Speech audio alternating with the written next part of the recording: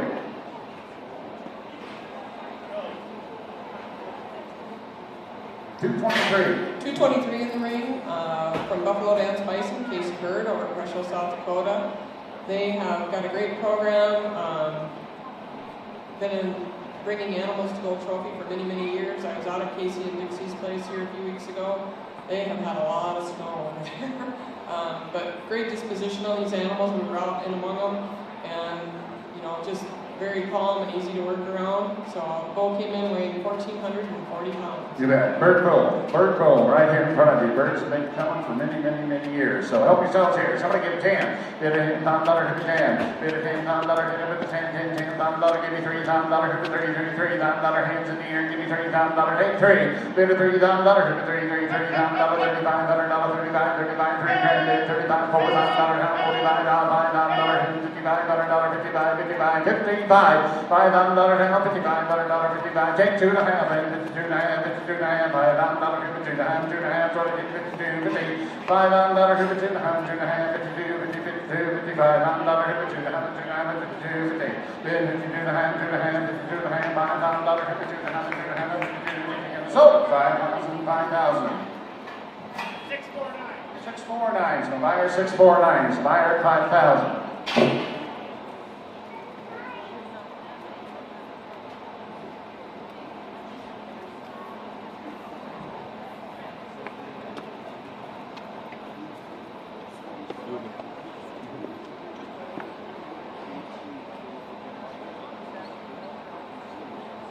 Looks like the last one in should be lot number 222.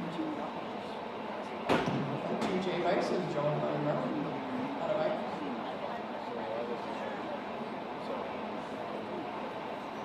Wolverine bull and a Montosa cow.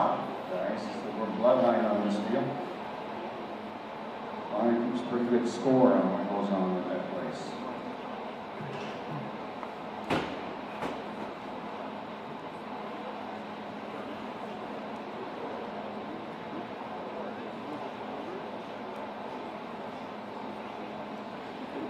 Yep, 222 is the next one in. There it is, guys. 1540.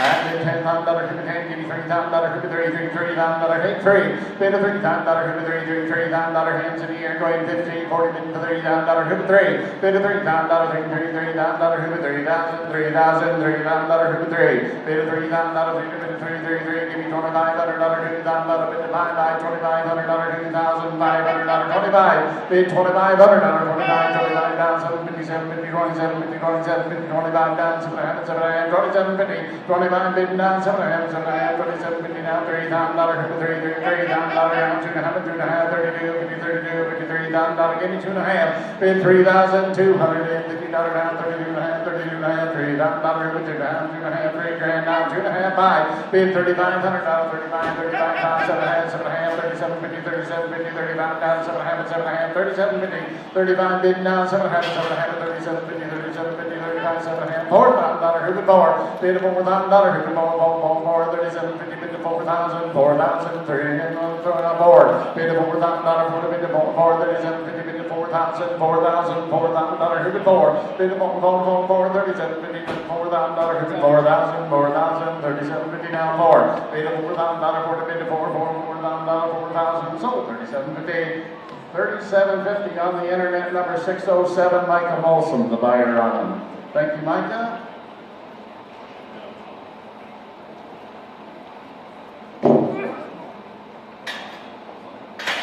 Yearling heifers, guys. We're on the yearling heifer class. The sponsor of the trophy is Black Kettle. It's 102 from Trails and River Bison, Dixie Bird out of Crushville, South Dakota. This was our second place heifer in the class. Like I said, they just have a great program over there. Their animals are well conditioned and ready to go to work for you. This heifer weighed 1085 on arrival. You bet. Again, a great program. The Trails and River Bison's had 9 produced through the years, over 100 trophies. Guys, help yourselves here on a reputation herd now, weighing 1085. And somebody bid $3,000 hoop 3. Bid $3,000 hoop 3, $3,000 hoop 3, give me $2,000 hoop 2,000, $2,000 down 22 and a half, 2 and a half, 5, $2,500, 25, 25, 25, 22 and a half, 5. Bid 25, 7 and a half, 7 and a half, 27.50 now, $3,000 hoop 3, $3,000 down 2 and a half, 32, 55, $3,500, 35. Bid 7 and a half, $4,000, hoop 4, down 2 and a half, 2 and a half, 5, $4,500, 45, 45, 2 and a half, 5. Bid $4,500, hoop 45 down, 7 and a half, 7 and a half, 47, 50, 47, $55,000, hoop 5. Bid $5,000, bid by 2 and a half, 52, 52, 50 down, 5, 55 down, $5,500, 55, 55 down, 7 and a half, 7 and a half, down $6,000, hoop 6,000, 57, 50 down, 6 down, 2 and a half, 60, 2 and a half, 2 and a half, 62, 50 down, 5, $65,000, 65, down 7 and a half, 7 and a half, 67, 56, 7, 56, 7, down $7,000, hoop 7, bid 7, 7, 7, 7, 6, 7, down $7,000, hoop 7, 7, $7,000 down 72 and a half, 72, 50, $7,000, 2 and a half, 2 and a half, 72, 57, $57,000, 2 and a half, bid $7,250, 2 and a half, 2 and a half, 72, 57, $57,000, 2 and a half, 2 and a half, 72, 50, $7,000 down, 2 and a half, 2 and a half, sold 7,000, 7,000, put it on bidder number 643 is my buyer, 643 is the buyer.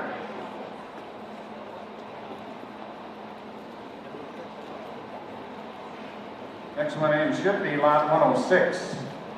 From Buffalo down to Bison, Casey. You bet. Another bird. You bet. Weighing 960. All right, here we go, guys. And somebody bid $5,000, hoop 5. Bid $5,000, bid $5, give me $3,000, hoop 3, $3,000, bid $3,000, then 3. Bid $3,000, bid $3, stable mate to the one we just sold, guys. Help yourselves here. Give me $3,000. Bid $3,000, hoop 3. Bid $3,000, bid $3, 2 grand. Give me $22,000, hoop 2. Bid it down 22 and a half, $2,000, hoop 2. 22 and a half, 25, bid $2,500, $25, 22 and a half, 22 and a half, 25, 25, 25, 22 and a half, $500, 25, bid $2,500, 25, 22 and a half, 7 and a half, 7 and a half, 27, 27, 50, 25, 7 and a half, 7 and a half, 27, 50, 25, bid down, 7 and a half, 7 and a half, 27, 27, 50. Guys, study your lesson here just a little bit, guys. We just sold your sister to it for $7,000.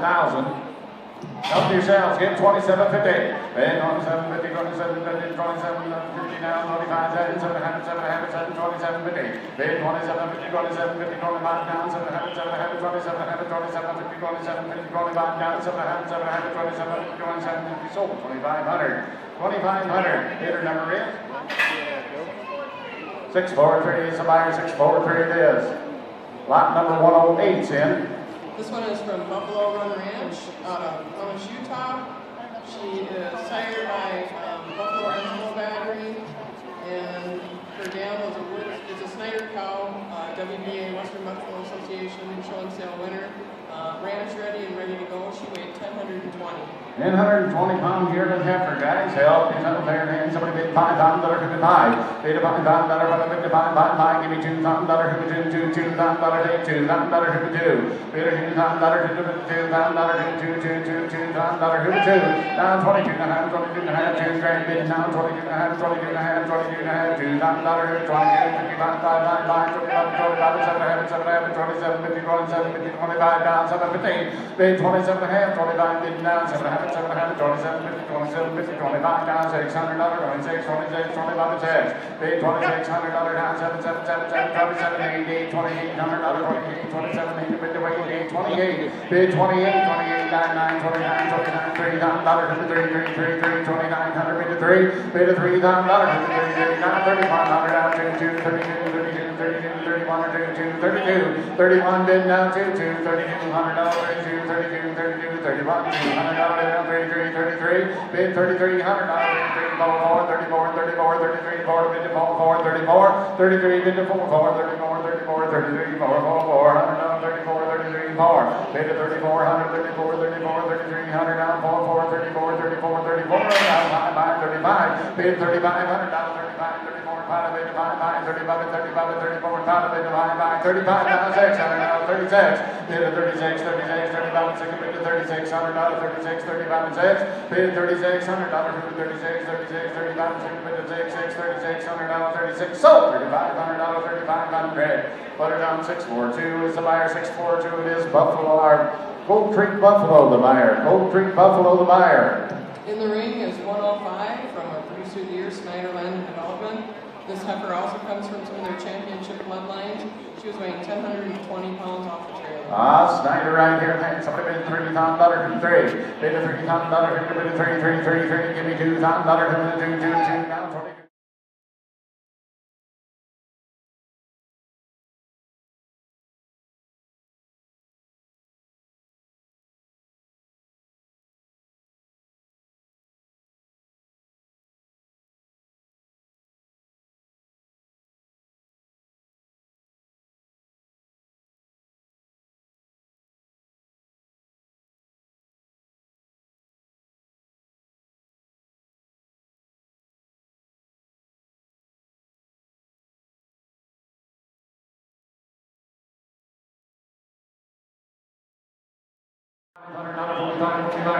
$5, bid $4,500, 45, 49, 4,500, 45, 45, we're up, down 5, bid $4,500, 45, 45, 42 and a half, 45, 45, so 42.50, 42.50.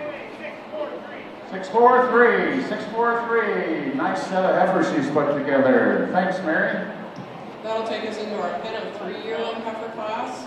Our trophy sponsor is Platte River Power Authority, Rawhide Energy Station. This first group should be 70A through C from Trails in River Bison, Dixie Bird out of Fresno, South Dakota. Again, just a tremendous program they put together. They've been participating for years here in Dakota Territory Golf Association and at a place who've done it very well. All right, here we go, guys. Weighing 1,000, 1050, and 1090 now. Nice set of heifers here. It'll be 3 times the money. We do not break the class, guys. We do not break the party here.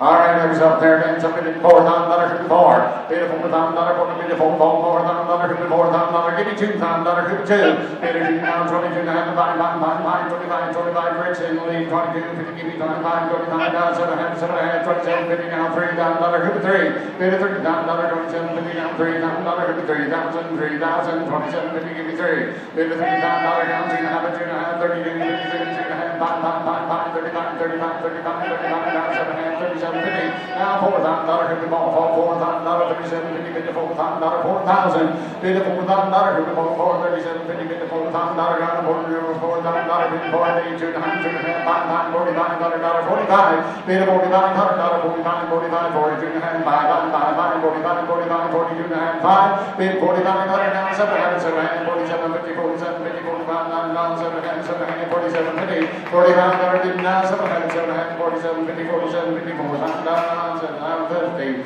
bid 47, 50, 47, 50, 45, bid down 7, 47, 50, 47, 50, 47, 50, sold 4,500, 4,500. 643, Mary buys again, where it should be on lot number 71, I believe.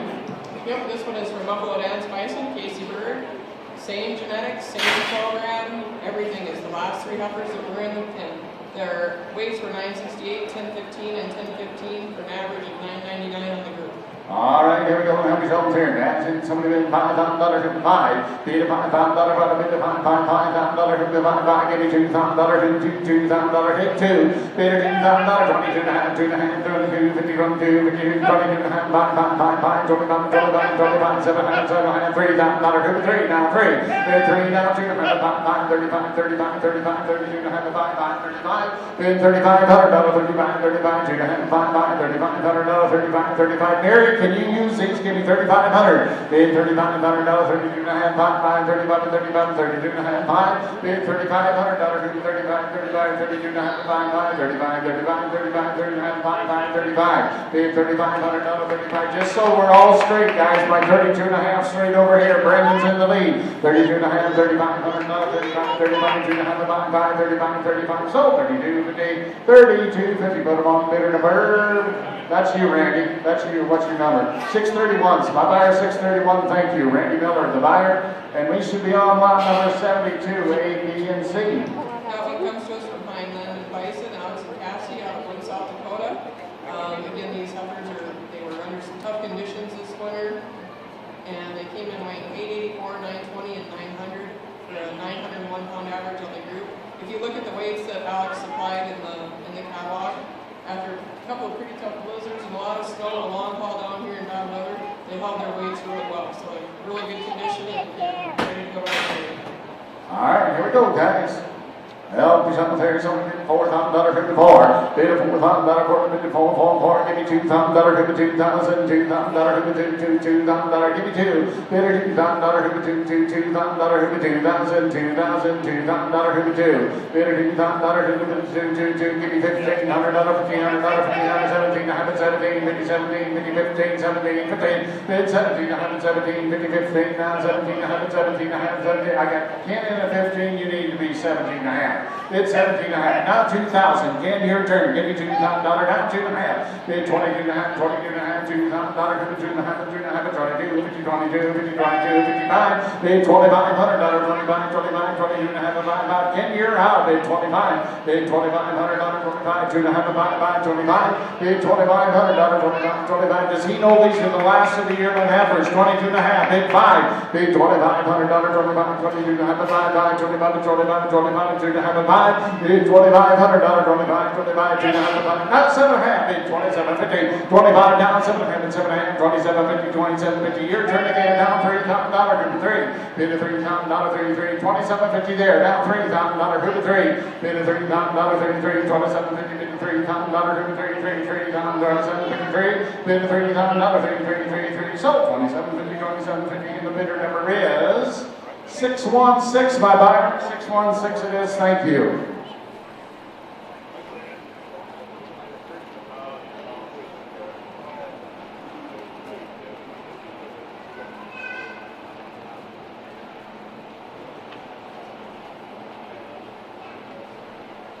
Okay, we're going to yearling bulls, guys. We're going to yearling bulls.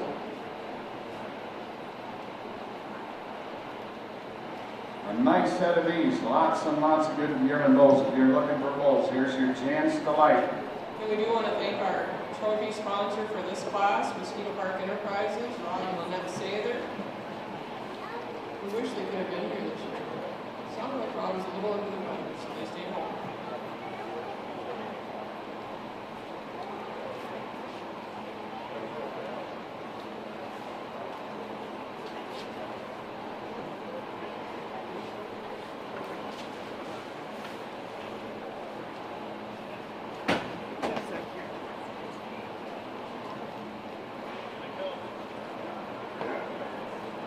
Should be lot 124 if you brought them correctly.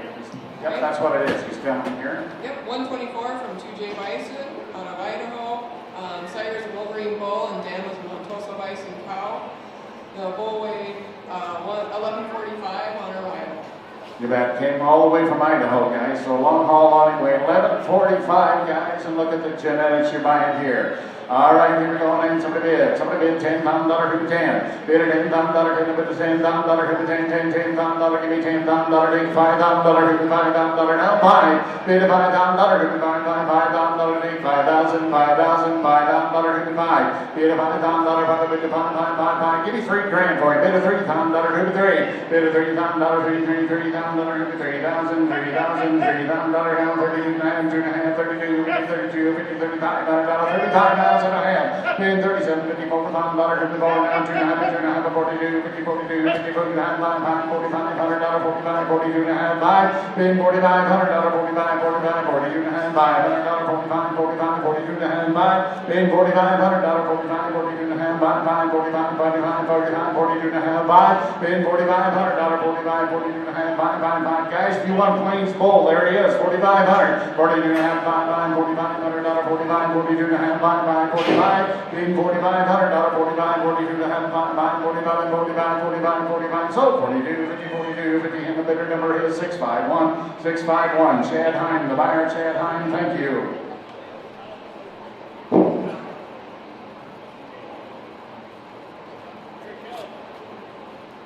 All right, 123, it says. Yep, this is our second place bull in the class. Comes to us from Trails and River Bison, Dixon Bird out of Fresno, South Dakota. Same thing. What more can I say about Trails and River and Buffalo Dance? They've been around for a long time and great producers. A lot of award-winning animals that have been seed stock for a lot of herds.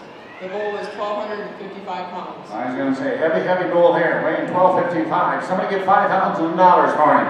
Bid $5,000 $55. Bid $5,000 $5,000, give me $2,000 $2,000, $2 down, 22 and a half, 45, 7 27, 51, 73 down, down, 2 and a half, 32, 55, 35, guys, 7 and a half.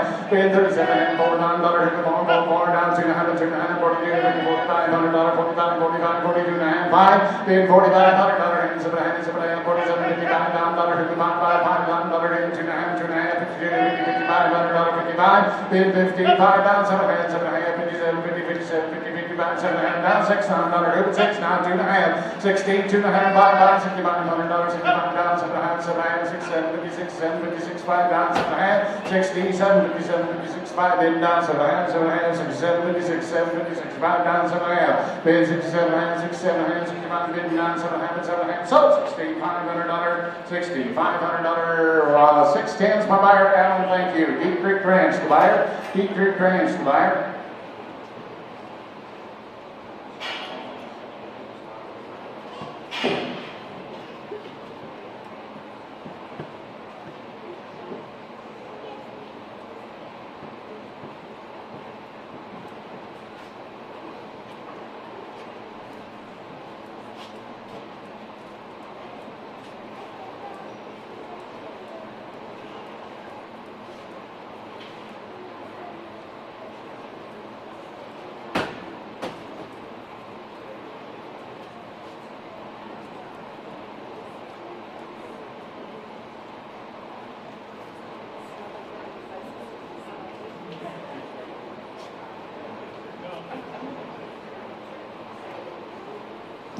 This is 136. It comes to us from Matt Buffalo Ranch out of Stoneville, South Dakota.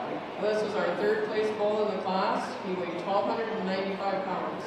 You bet. And I know there's a blank in your page there, but this bull, we got the DNA match back from it yesterday. The bull is called Mechanic. It's a 2J bull that he bought over at Western Bison sale here a couple, 3 years ago. So that's the sire on the animal, guys, weighing 1,295. You know the Kamak name, you know the reputation they built. Great set here from a 5th generation ranch. All right, here we go. And somebody bid $10 who 10. Bid it $10, bid $10 who 10, give me $3,000 who 30, $30,000, 32 and a half, 5, $3,500, 35, 2 and a half, 5. Bid $3,500, 35, 35, 2 and a half, 5, 35. Hey, I got 32 and a half on the top there. Now $500, 35, in you're out. Bid 35, bid 35, 7 and a half, $4,000 who home, 35, $37.50, give me 4. Bid $4,000 down, $2.5, $2.5, $500, $45, now 7 hands, 7 hands, $47.50, $5,000, give me 5. Bid $5,000, $47.50, give me $5,000, $55,000, $5,000, $55. Bid $5,000, $5,555, $47.50, $5,000, $55. Bid $5,000, $55, $47.50, $55,000, $5,000, $5,000, $55. Bid $5,000, $55, $47.50, $55,000, $5,000, $5,000, sold $47.50, $47.50. Put it on bidder number 649. 649 going behind land in Bison. Thank you, Alex. This should be lot number 134, guys, for another one of Quebec's Goodwin Bulls, guys, weighing 1,325 pounds. The DNA come back on this one. This is the Bulls' sires known as Earthquake. That came from Skull Creek up in Ray, North Dakota. Is kind of the story on the sire side of this deal, guys. Look at the gains on him, 3.1 pounds on the feet gain, guys. He's vaccinated up the right way. Help yourselves here. Our 4th place winner now, so I'm going to give 10 for him. Bid $10,000, give me $10,000, 10, give me $3,000, give me 30. Now 32 and a half, divide by 30,000, 7 and a half, $4,000, 4, now 2 and a half, $65, $65, $7, $7, $7, 7. Bid $7,000, now $75, $100, $75, $7,000, $75, $75, I'm with Rich at 7, now 5. Bid $75, $100, $75. Give me 2 and a half, 72 and a half, 70. Alan, you're out. 72 and a half. Now 5 high, 75. Now 7 and a half, 7 and a half, 77 and a half, 8, $7, 82 and a half, 82, 58, 58 grand, 2 and a half, 5. Now 7 and a half. 87, 50, 87, 50, down $90,000, could be 9, 87, 50, give me $9,000, could be 9. Bid $9,000, 87, 50, 59,000, 9,000, 87, 50, give me 9. Bid $9,000, 99, 87, 50, 59,000, 9,000, 90,000, sold. 87, 50, 87, 50, and a bidder number Rios. 610. Wasn't it 610 going to Deep Creek Ranch, Chateau, Montana?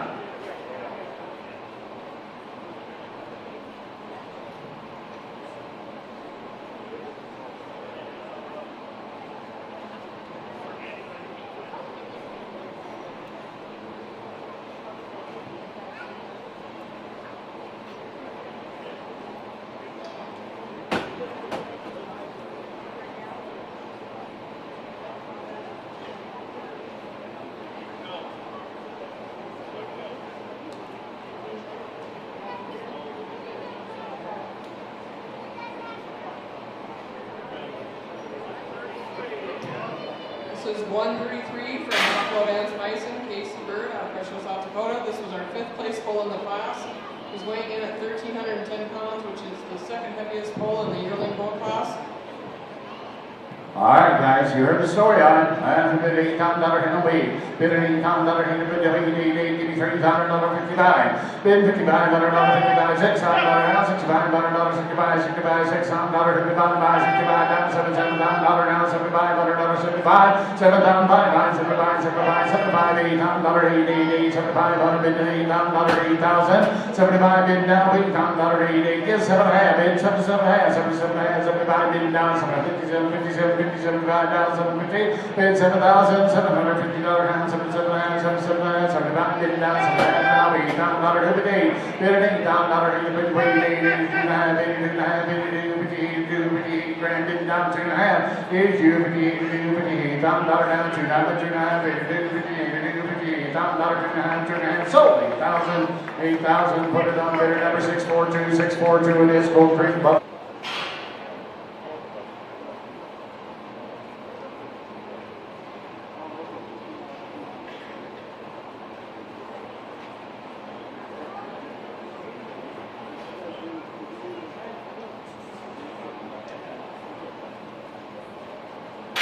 $123 is up. $126 is over. The next one in Buffalo Run Ranch.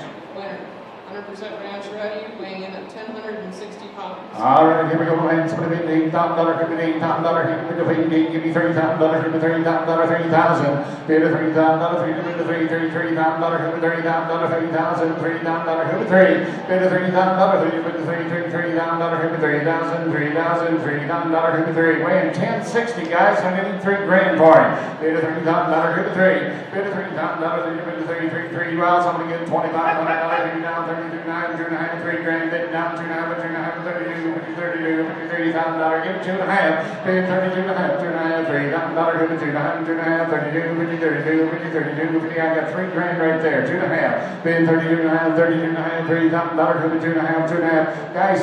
Think about what's right here in front of you. I know Joe has gone to their inferior animals, guys. I would say he's probably got some of the best bulls on the place that there is available. He's got Snyder, he's got all kinds of good bulls there, guys. So help yourselves here. I think we're way under the money. $3 grand, 32.5. Bid $32.5, down $500, $35, $2.5, $500, $35, $2.5, bid $3,500, $35, $32.5's up there. Give me $35, down $7.5, now $4,000, bid $4, bid $4,000, bid $4, $37.5, $4,000, bid $4,000, $37.50 now $4, bid $4,000, bid $4, not $2.5, bid $42, $42. $4,000, give me $2.5, $42, $4,000, give me $2.5, $42, $4,000 down $2.5, $42, $42. I sold it, $4,000, 21 bidder number. New buyer here, 620 is my buyer, 620 it is.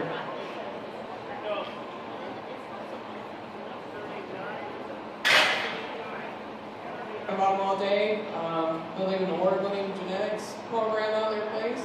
This bull weighed 1,140 pounds. Weighing 1140, right there, guys. Help you some $8,000 per day. Bid $8,000, give me $3,000, give me $3,000, give me $3,000, give me $3,000, bid $3,000, give me $3,000, $3,000, $3,000, give me $3,000, give me $3,000. $3,000, $33,000, $30,000, $3,000 down $3. Bid $3,000, bid $33,000. Guys, look at the weight gains on there. Look at the weight gains on there. 2.6 in the big gain. Bid $3,000, give me $3. Bid $3,000, bid $33,000. Somebody get $2,500 for him. Let's go. Get 25, 7 hands, 37, 50, 27, 50, 25, now $3,000, who $3. Bid $3,000, $2.5, $2.5, $32, $33,000 down $2.5, $32, $32, $33,000. Give it $2.5. $32.5, $2.5, $3,000, $2.5, $32, $32, $50 down, $5, $35, $35 down, $7.5. Bid $37.5, $37.5, $35, bid down, $7.5, $7.5, $37, $50, $37, $50, $39, $7.5, $7.5, $37, $50, bid $37, $54, $5, $37, $54 now, $42.5, $42, $54,000, give me $2.5, $2.5, $42, $50, $4,000, give me $2.5, $2.5, $42, $50, $42, $54,000 down, $2.5, $2.5, $42, $50. My four's on the internet, guys. You got to be $42.50 in the house. $42.50. $4,000, give me $2.5, $2.5, $42, $50, $42, $54,000 down, $2.5, $42, $50, $4,250 down, $42.5, $42, $50, $42, $50, $42, $50, and I sold it for $4,000. Bidder number 602 going to Larry Aldrich in North Dakota. 602 Larry Aldrich in North Dakota. Thank you. Cider was out on their bull battery. The dam is Buffalo Run Ranch Born Cow. Bull weighed 1095, and they've got a tremendous program, and you can't go wrong buying these bulls. All right, 1095 is the weight on it. 1095. And somebody bid $5,000, $5. Bid $5,000, bid $5,000, give me $30,000, give me $30,000, $30,000, give me $3. Bid $30,000, $2.5, $32, $33,000 down, $2.5. Brandon, you're out. Bid $32, $50. $30,000 down, $2.5, $2.5, $32, $33,000, $5, $35, $39, $7.5, $37, $50, $37, $50 down, $4,000, give me $4. Bid $4,000, give me $4, now $2.5, $2.5, $42, $50, $42, $54,000, give me $2.5, $2.5, $42, $50, $54,000 down, $2.5. Bid $40, $2.5, $2.5, $42, $54,000, give me $2.5, $2.5, $42, $50, $4,000, $42.5, $4,000, give me $2.5, $2.5, $42, $50, $42, $50, sold $4,000, $4,000. 642 is my buyer, 642 it is. Thank you, Cold Creek, Buffalo.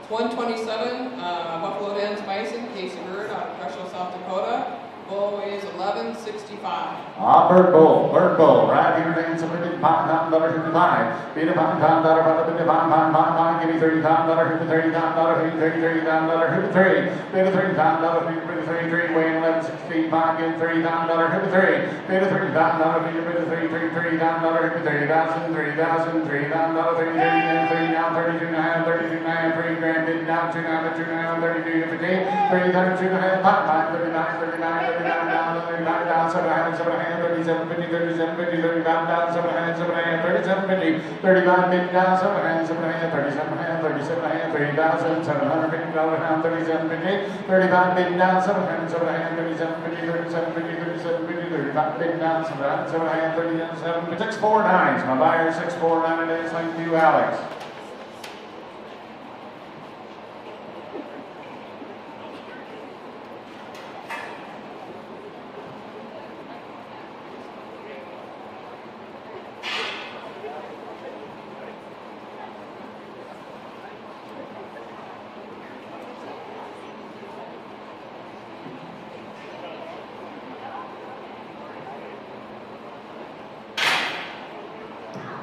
This is 130, comes to us from Trails and River Bison, Dixie Bird out of Crushville, South Dakota. Comes in weighing 968 pounds from a early reputation program. Bird Bull. All right, here we go. Bid $5, $55, $5, give me $30,000 down 3. Bid $30,000, 33, and $3,000 down 3. Bid $30,000, 33. Bird Bull at $3 grand. Hands should be in the air all over. Give me $30,000. Bid $30,000, $30,000, $30,000, $30,000, $33. Bid $30,000, bid $33, $30,000, $33. Give me $2,500, $30,000, bid $29, 29, 29, 29, 7, 27, 50, 27, 50, 25 down, 7 and 7 and 27, 50, 25 bid now, 7 and $3,000, 33, 33, 27, 50 now 3. Bid a 3 now, 2 and a half, 2 and a half, 32 and a half, 5, 35 down, 7 and 7 and 37, 50, 37, 50 now, $4,000, give me 4. Bid a $4,000, 4, 37, 50, 50, 4,000, 4,000, 37, 50, and $4,000, 54. Bid a $4,000, 54, 4, 37, 50, 4,000, 4,000, 37, 50 now 4. Bid a $4,000, 4, 50, 4, sold 37, 50, 37, 50, and the bidder number is Deep Creek, and I don't know your number. 610, 610 is my buyer, 610 it is, Deep Creek Ranch, the buyer.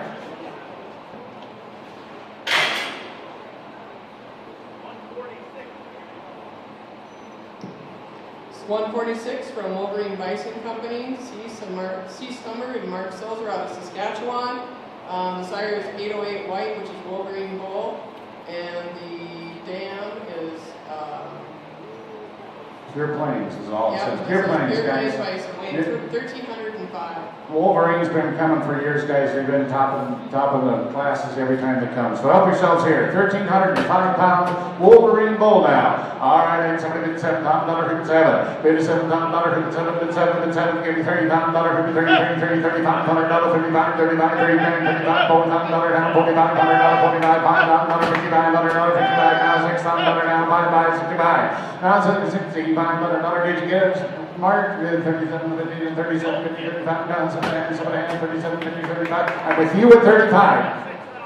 6,000, 62 to hand, 2 to hand, 62 to hand, $6,000 50, 2 to hand, 2 to hand, 62, 50, $6,000 50, 2 to hand, 2 to hand, 62, 50, 62, 50, 62 to hand, now 5, bid $6,500, 69 down, 7 hands, 7 hands, 6, 7, 50, 6, 7, 50 down, $7,000, 7, bid $7,000 down, 7, $7,000 down, 6, 7, down, 7,000, 6, 7, 50 down, 7, bid $7,000, 7, 7, 6, 7, 50 down, $7,000, 7, 7 down, 2 to hand, 2 to hand, 72, 50, $7,000 down, 2 to hand, 2 to hand, 7's here, now 2 to hand, bid 72 to hand, 72 to hand, 5, 75, 75, 72 to hand, 5, bid $7,500, 75, 75, 75, 72 to hand, 5, $7,500, 75, bid $7,500, 75, 72 to hand, 5, 75, 75, 75, sold 72, 50, 72, 50, put it on bidder number 649, buyer 649 is Hines, the buyer.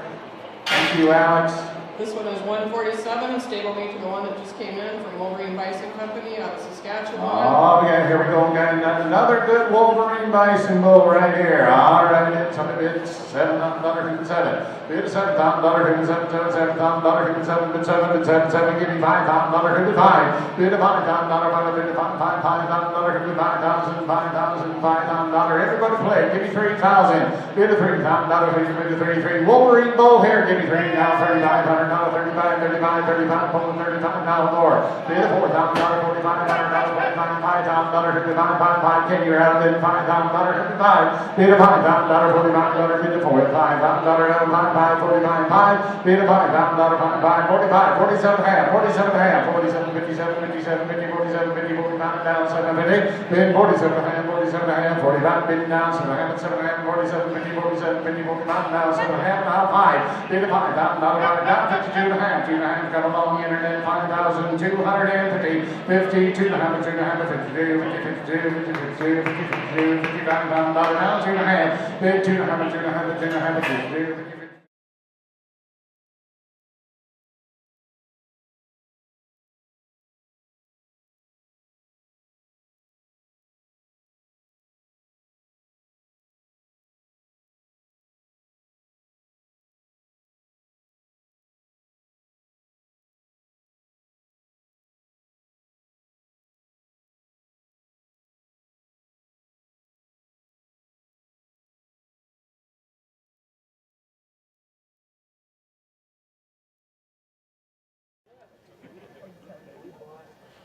Hi, would you introduce yourself, please? So I'm Chad Kramer, president of the National Bison Association. I'm the herd manager up in Custer State Park in Custer, South Dakota, and then also have my own operation, Kramer Buffalo. How did we manage to pick the one guy out of that group over there that had a title of president and the herd manager, which I know is no small feat? Yeah. Wow, okay, so tell me what one does as a herd manager at the state park. So I've been there a little over 21 years, but a lot of it is, I mean, we're what I like to say, a minimally managed herd there. You know, we actually have the longest running annual production auction of bison in the world. Wow.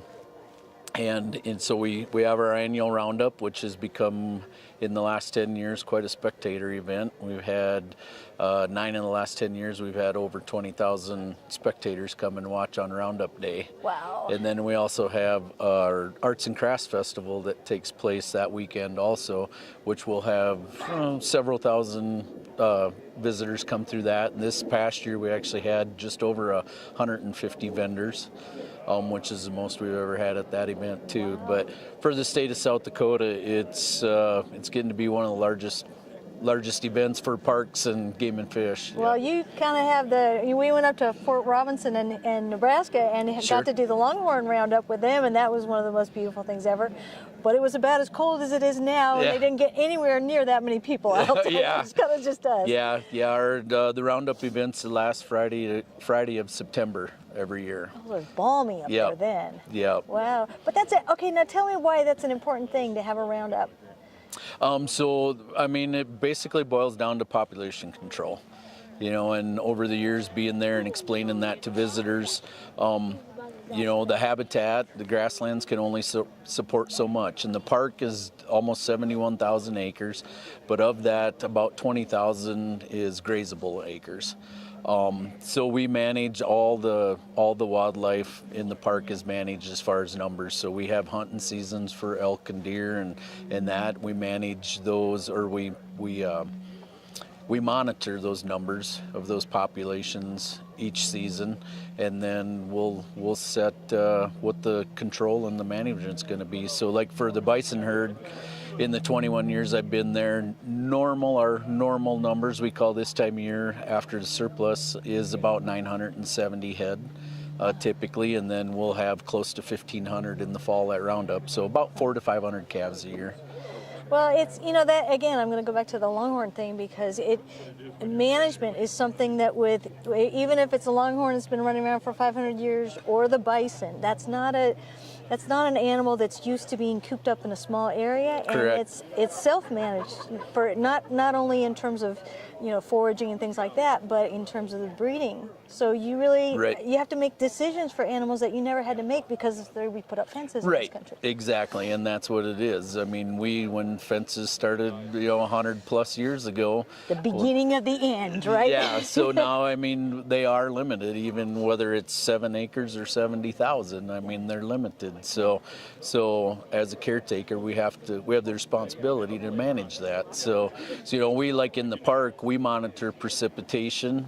We've been doing that for almost 30 years, and we'll use that data along with the current forage conditions for that season to make our best decision. But we're still, I always tell people, over the years as I've been there, you're taking your best educated guess because you're setting a number for the next season. Yes, well, all farmers and ranchers do that to some extent, but if you're going to have a roundup where you're going to cull a good number of your animals, and I'm assuming culling could mean to the packers, but it could also mean to people like this that want to raise animals, maybe? Yep.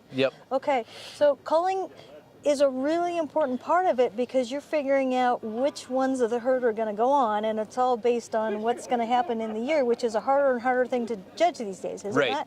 Right. It is. Like up there, we're in our 3rd season of drought right now, and in the park, we have a little more cushion than it would be on a private operation. So, but it's something we monitor every year, and I mean, it gets to that point, after a year or two, you have to start making some decisions, So, we're kind of at that point right now, trying to look at long-term predictions and forecasts to decide, this next year, do we need to start trending the numbers down?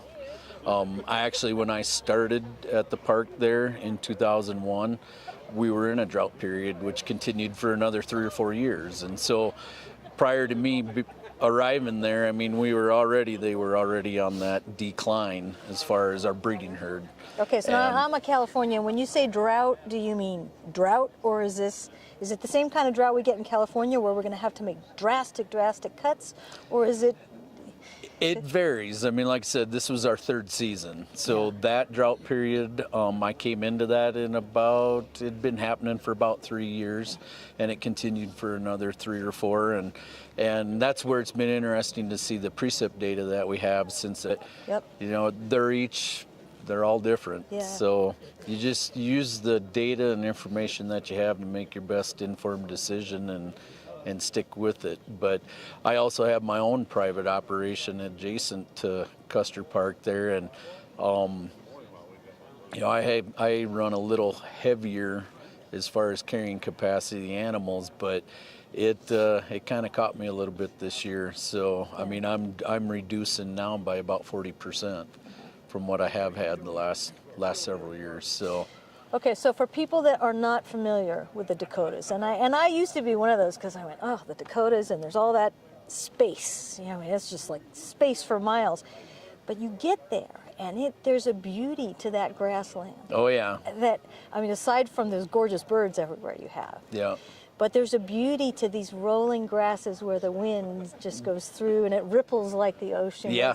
It's a glorious thing. Yep. Now, Custer State Park, you have trees and you have elevation. We're what's considered the foothills. So we do have them rolling grasslands and hills. A little bit different than when you get, even several miles to the east out on the prairie and the plains before the Badlands. But we have a large diversity within that 70,000 acres from the southeast corner there at, around 3,200 feet. Yes. You get to the northwest corner up in the Sylvan Lake area, we're at, 6,500 feet in elevation, and you change from the foothills to, a ponderosa pine forest and granite peaks and mountains. So a lot of diversity there. Yeah, and one of the most amazing things I ever saw in my entire life was in Custer State Park. We saw cooperative hunting between a coyote and a badger. Oh, yeah. And that was amazing because sometimes now you'll see it on the news, but that was an awe-inspiring. Seeing a badger is an awe-inspiring thing anyway, because those are feisty little things. Yeah. But to see them doing something in a way that, they were literally working together, and you don't really think about that, but it's not Yeah. just one thing. It's not just the coyotes run around Yeah. or the bison run around. It's Yeah. the whole unit. But I would think that something like drought really impacts all of that because Yes. the prairie dogs need to function, the owls are dependent. So Definitely. Yeah. Definitely. It's a scary time, isn't it? In the Yeah. West? Yes, it is. Yeah. Yeah. And it's cycles. I mean, you know, like I said, I've seen it 20 years ago, and we're in that cycle again. It's Yes, just, we are. How's it going to be different? Yes, we this are, very time? much so. That's one thing, I guess. You know, I've actually been raising bison for just over 30 years now. Myself personally, and the operations I've worked for and spending the last 21 years plus at Custer Park there. But you know, being involved like with our national association here over the years, you know, it's most of the folks you'll visit with here that are members or new members or old.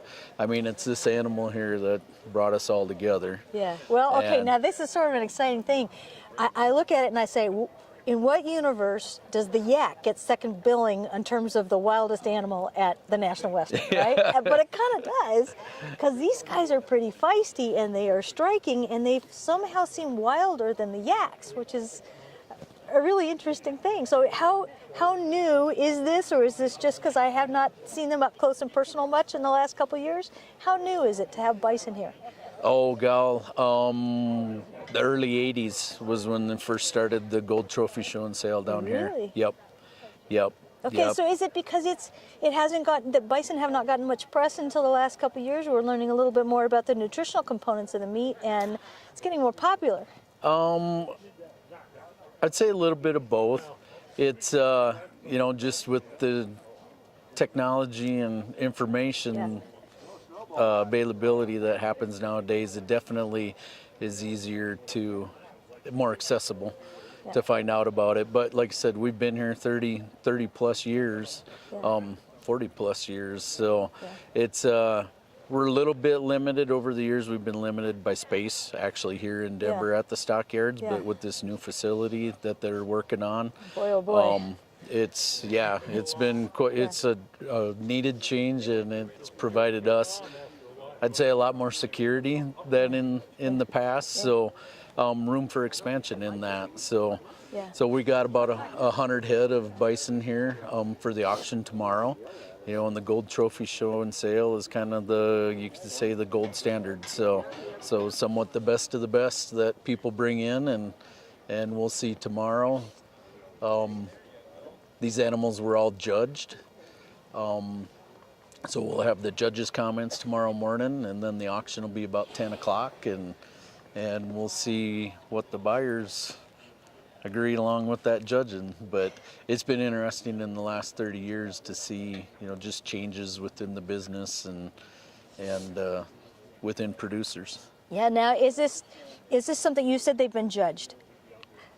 Who judges the bison? Is it somebody like you that knows them, or is it somebody that looks in the beef category and says, okay, this is what we're competing with, this is what we're looking for muscle mass, or how does one find a bison judge? So, I mean, usually our judges are experienced producers, you know, and basically, I mean, you're looking at livestock conformation is what they're looking at. So, I mean, there is data that you can that we collect. So these animals are all weighed when they come off. Not but a whole lot of fitting, though. I noticed. No, that, right? no, yeah, they're. You're not gonna wash and blow dry the bison. That's for sure. So, but you know, it is basic conformation. Animal conformation is what them judges are looking at.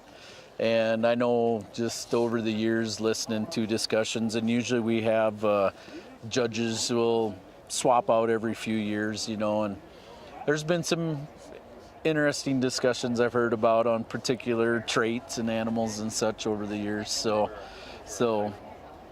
and it kind of comes down, you know, over the years that I've been in it, we are seeing, I would say, a little bit of a surge in new producers coming in the last few years, on a smaller scale as far as production right now, but you know, they're eager to learn That's why we've been having our conference here the last 2 days now, and we have speakers. Yesterday I moderated a couple of panels. One was on bison hauling, so we had some experienced producers up there, you know, just sharing their thoughts and comments about transporting bison. You know, everything from equipment to... Because, boy, these guys are big and they're a little... Yeah. If I don't want to go, I'm not going to go, right? Exactly. Yeah. Yeah. Exactly. Yeah, amazing idea to think of putting this into our agricultural production system as it exists now. There's a couple more challenges, right? Like the longhorn people, again, is not going to go in the chute because it's this wide. So this is a much larger animal, and it's got a different conformation. It's got a big bump, and those horns are tough. So how does one handle that from a marketing standpoint? Because it's impacted by your ability to get the animal to market, correct? Yes, it can be. That's for sure. But what it boils down to basically is experience, learning how to work with them instead of trying to force them, because you can't force them. It just doesn't end up a pretty picture if you try to do that. Yeah. So you learn their peculiarities and how to handle them. It's like a long time saying, we've always said you can make a bison go anywhere it wants to. Yeah, so it's just learning how to work with them, and that's why when I got started, and it's still good advice today, is we always recommend for new producers to start with younger animals, because they grow up. One thing, they adapt a lot quicker to new places, and also you kind of learn with them as they grow up. So it gives you an opportunity to kind of learn how to work with them and move them and what they like. You know, they are not domesticated. I like to say you can habituate them, but they're not a domestic animal. So, you know, you can't get in there and lead them out of there. But they do have a huge potential, especially in a place where that's warming and resources are not quite so accessible as they used to be. This animal, you would think, having just done that correctly, that it doesn't require as much water and as much hay as a cow or some other animal? They can be more selective. A general rule of thumb I always tell new folks is, you know, that starting with the recommendations for beef is a good starting place. Okay.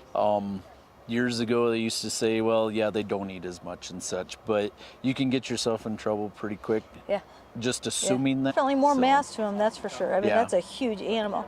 And as far as the nutritional qualities of it, I mean, it's one of the leanest red meats that you will find. Okay, so that leads me into one thing. I know that Ted Turner was really big on opening up not only corridors for migration, but he really wanted to market this animal. And he's got Ted's Montana Grill and all of that.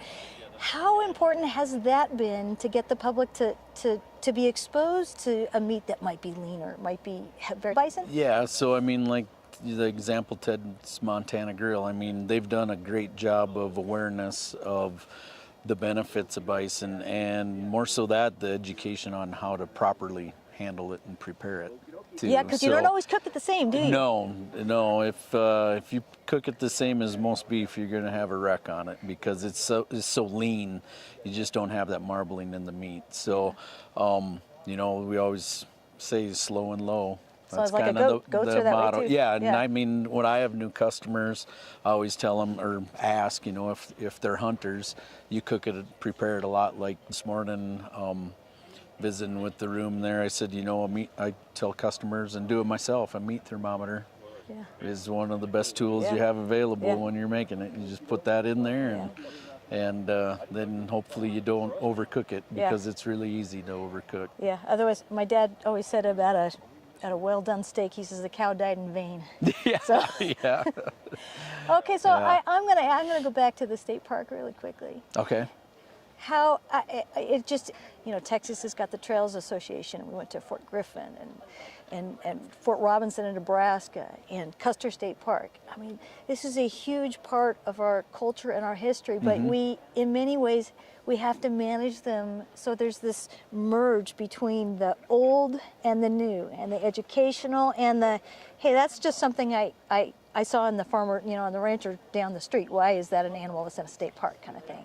So do you ever have to really approach that from the state parks perspective when you say, look, that we need to educate people as to why these things are important to South Dakota? I mean, definitely with the bison, you know, is our largest native grazer in North America. Line of the numbers to less than 1,000 and where we've come back to, just looking at the genetic side of the bison population today, to know that there was, you know, down to so few numbers, and you visit with geneticists about it, and they're pretty amazed that we have the genetic diversity in bison today that we do because of such low numbers. And it shows from almost extinction. So. Yeah, well, when you say diversity, are there clumps of different types of bison across the country, or is this something where it's a bison, and if we need more, you know, if my pool of 1,000 is looking a little narrow, I go down to where does one go to get bison? So in the last 20 years, there's been a lot of work on genetics on them. And the technology, the advancement of the technology in those 20 years has been tremendous. I don't know a lot about it. I mean, I understand it basically, but the way I guess I kind of think about it and tell people is the technology is advanced to where it's a finer tooth comb all the time that we're finding out about the genetics to it. You know, when I first started about 20 years ago, it was on blood typing, and then we went to DNA genetic material, and now we're down to SNPs, and the number of SNPs continues to grow, and so we keep learning more and more about them. Yeah. So now I'm also going to ask you, we went to Fort Collins to the germplasm facility, and it's an amazing thing where they store all the germplasm for all the agricultural production animals. Okay. You know, horses in there, at least they didn't when we went, to restart somewhere, and we only get to pick the things that are in the tanks with us. Is this one of the animals that you would put in the tank, and if so, why? I mean... Assuming it would be lost forever if you did not. Right. No, definitely. I mean, because it is one of the keystone species of the North American grasslands. Yeah. So there's a lot of value to having them. Yeah. They're beautiful. Yep. Beautiful. Well, okay, now before I let you go, I just managed to grab you from that bunch of people there, and I appreciate you talking to us. If one... And you can find, we have a consumer section, members section. We have different levels of membership. We have our supporter membership. If you're just interested in all things bison, you get our publication, The Bison World, that comes out 4 times a year with that, and access to some parts of the website. So yeah, bisoncentral.com would be a really good starting place. Okay, and I'm assuming maybe like many breed organizations, you have a little bit of a mentoring thing going on if people start with a new animal? Yep, we do. We're all the time, but we have summer conferences. This past summer, we actually did more regional conferences versus one large summer conference. You know, different, just things transition and people are busy and getting away for gatherings, a 2-day event where, you know, in a region, they usually one of our state and regional associations hosted it. And working with the national, you know, we put together speakers and presentations there, and usually a farm tour, ranch tour on one off, talk about all things bison. Fantastic. And I'm just going to ask you to tell people about the Custer State Park. It's just where do we go? I think it's the National Park Service, or it's the state park of South Dakota. Actually, it's not a national. Yep, state of South Dakota owned herd, and it was started in 1914. So yeah, we have a long history, and like I mentioned earlier, we have Custer State Park. I would have said about South Dakota, but it really is. It's beautiful, beautiful state in general. Well, thank you. Thank you so much. You bet. I better have you. You're not shivering at all. I can tell you're from South Dakota, and I'm Californian, so that fur is looking really warm to me, but I'm not going to go over there to huddle up. There's no way. Thank you. You're welcome.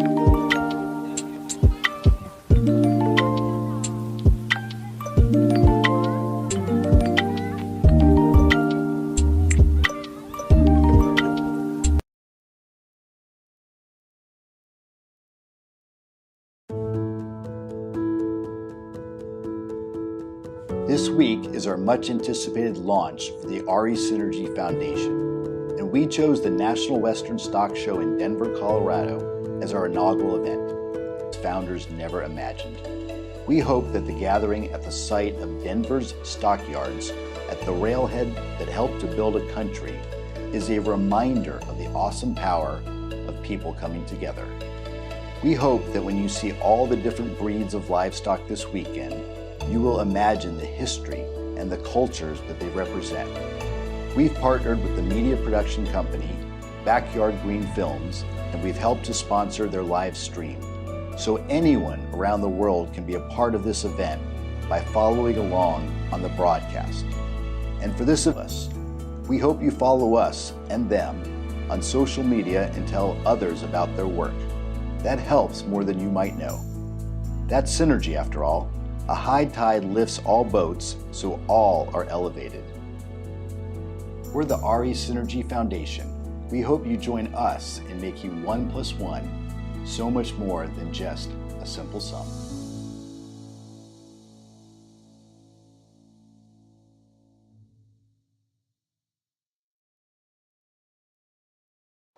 Okay, Sam, your card's coming out.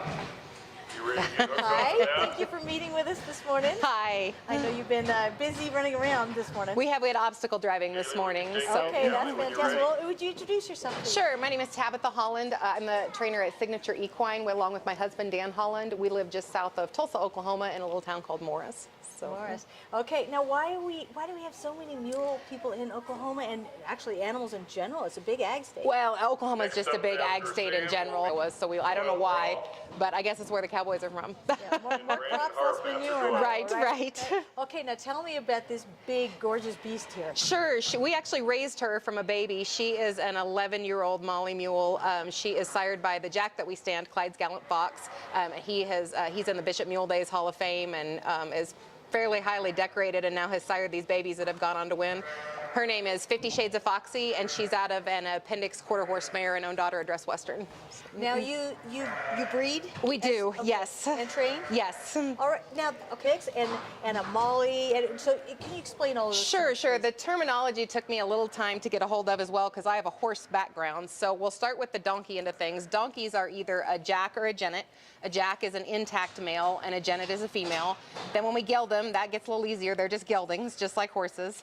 And then when we mix a donkey and a horse, we get a mule. And mules are either Johns, because you should never leave one intact, so there really aren't any intact. You cut them very early or castrate them very early. So we have Johns or the boys or from reproducing. So Molly mules are actually used as surrogates for embryo transfers sometimes, because all the parts and hormones are there, but because they have an odd number of chromosomes, they don't pair correctly. So it's kind of like when lightning strikes if you get a Molly that happens to carry a foal. Now, that's one of the things that, traditionally speaking, if I understand it correctly, was one of the advantages of having a mule, because if you have a pregnant mare, you have to worry about, keeping have Molly's spayed, because they do have all the same hormones that a mare horse would. So that's kind of a myth. But in the old days, it was probably more of an issue, I would assume. I would say so, because because they have all the same hormones, all the same parts as a mare does. It's just the pairing of the chromosomes that prevents them from. So that way you could keep your animals producing for you and working hard for you and not have to worry about sticking them all in the same. Yep. Now, also, mules are built differently. They are, they are. Especially since they have the mix of the donkeys, they're normally a little longer back home normally that you do with the horses. So the mules and donkeys take a little better care of themselves. Although you do have all the same physical ailments. It's kind of a myth. You hear that they can't founder and they can't colic, and they can. So it's the nutrition and everything is still very important.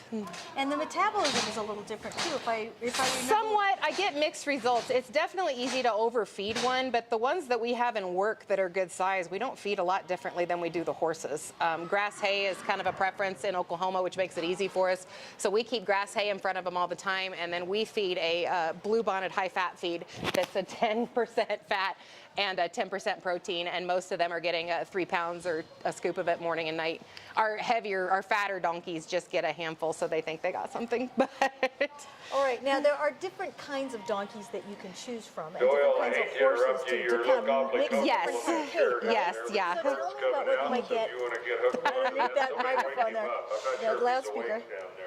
So, and some of them, it's not just a little you can do a mini donkey, you can do a big donkey, you can do a mammoth jack, which is when you're going to get the big ones. So tell me about what you usually use and what's available. Sure. Well, the people hear the word mammoth and they could think. So all of these are sired by our jack, Clyde's Gallant Fox, and he's a mammoth jack, but he stands right at 14.2, and but he's not super heavy boned. We personally, for the showing, we really like how he crosses on these taller thoroughbred mares or appendix quarter horse mares. That's how we're getting these elegantly built mules that will really excel in the all-around events. But we also cross into a lot of smaller quarter horses and gaited mares for trail riding.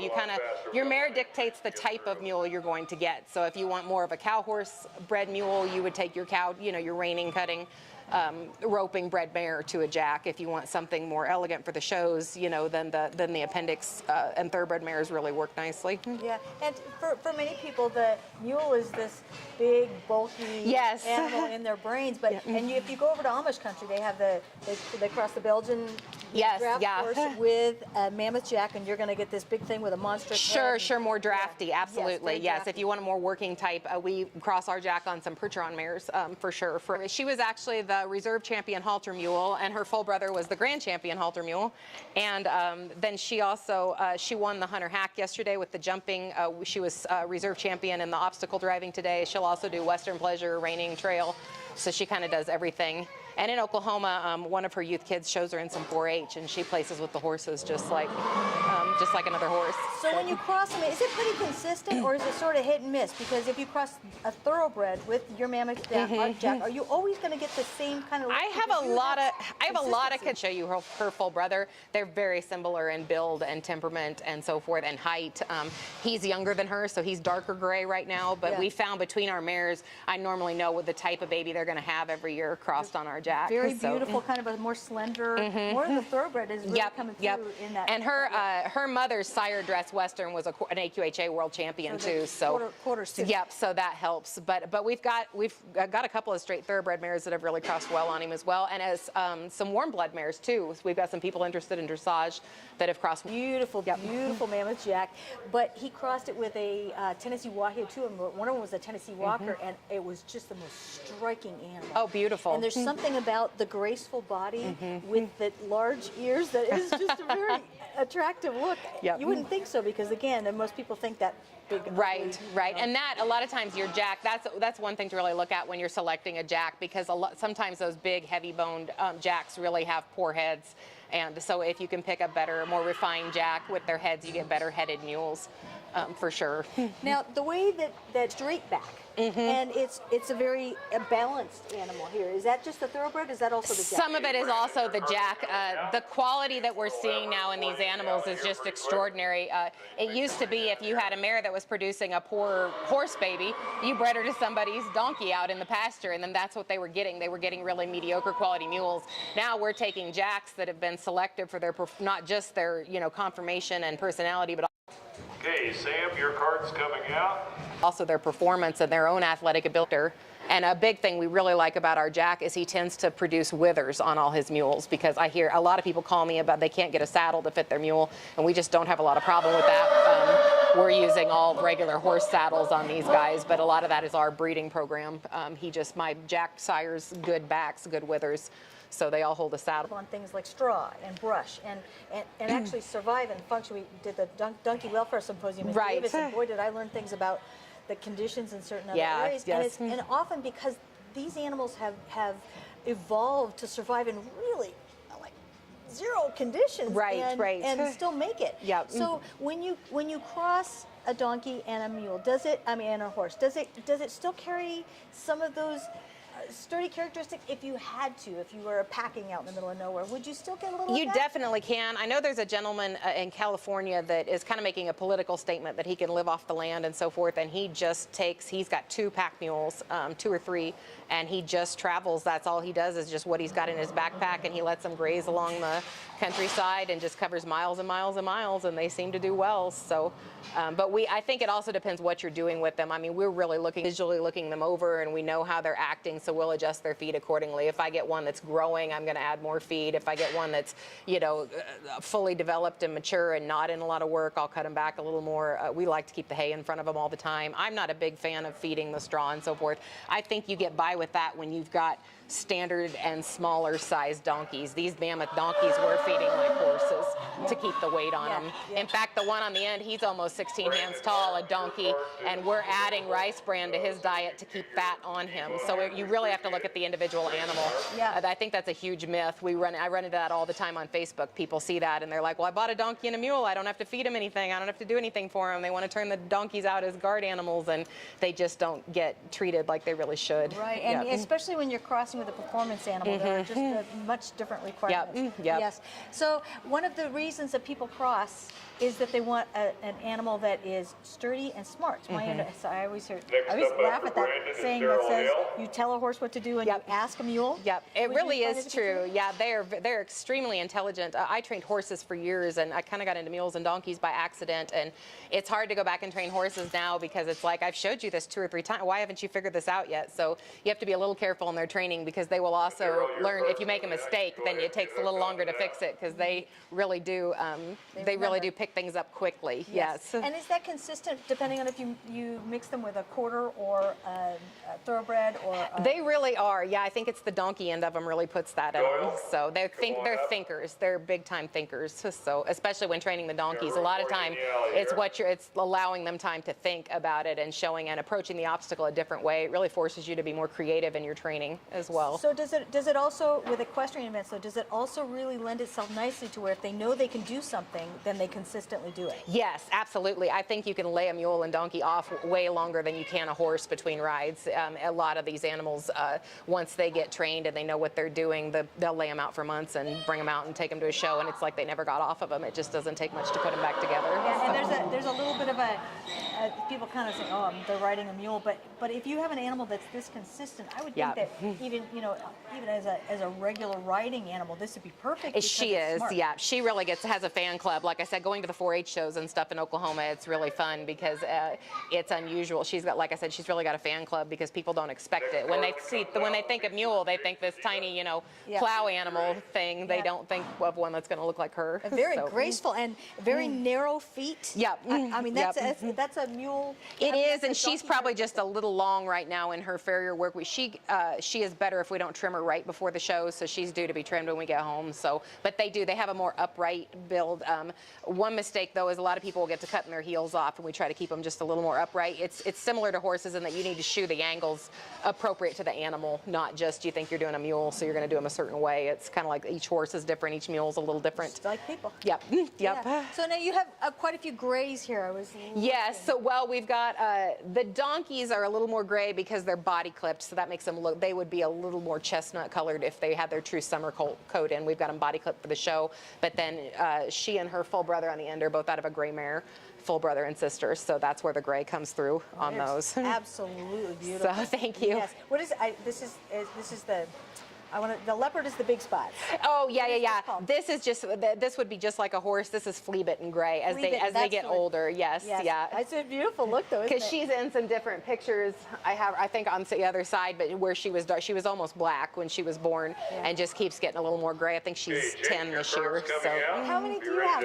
We've got about 30 head in total at home, but that includes we've got a few brood mares and stuff. We full out about 2 to 4 babies every year because it's really important for me that the babies go to good homes. So that's as many as I can really spend a lot of time on. We halter break them all and pick up their feed and desensitize them and pony them. So then I feel like when we sell them, they have a better chance of going to good homes when they're good citizens. I agree 100%. So if people want to contact you to say, hey, how do I get one of those, or can I see them myself? Absolutely. Sure. If you go on Facebook, we've got a Facebook page called Signature Equine, and then the jack that she's out of is Clyde's Gallant Fox. And so you can go to clydesgallantfox.com or just Google Clyde's Gallant Fox or Signature Equine are both on Facebook, and they can see pictures of her and get a hold of me there. Okay, and you do outside breeding too with your jack? We do, yeah, absolutely. We ship semen all over the country and in Canada. We do all AI on the farm and ship fresh cooled semen. So fantastic, all kinds of things. Yeah, we do. Yep, keeps us busy. Wonderful. Okay, well I know you're super busy, and you're going to be in another show or two here today? We do, yes. My husband is going to run some speed events later, and then we've got several in the Senior Western Pleasure tonight, in the evening performance tonight, and then tomorrow all the donkeys and mules drive again and do some Western pleasures. You just said something I can't let go. Oh, in speed events, yes, the mules. Are they all with mules, or if you stack a mule up against a horse, how are they going to do? They are slightly. They're just not as quick as a horse, but you will see some excellent speed mules today. We kind of just run speed to pick up a point or two for the all-round, but there is a really good competitor here this year that's going to show you some fast speed if you go watch today. And like I said, they're not going to rack right up against the horses, but at an open show they would be competitive for sure. You've seen them do barrels, and it's really it's beautiful and funny. Right. Well, and we did donkey barrels yesterday. But we brought a bunch of young donkeys just to kind of get out and see the pen, so they're just learning. So that was kind of a comedic act. Well, thank you so much for taking the time. Thank you. I appreciate it. Yeah, we love to share the mules and donkeys with the world, so they're pretty fun. Good luck in your show. Thank you so much.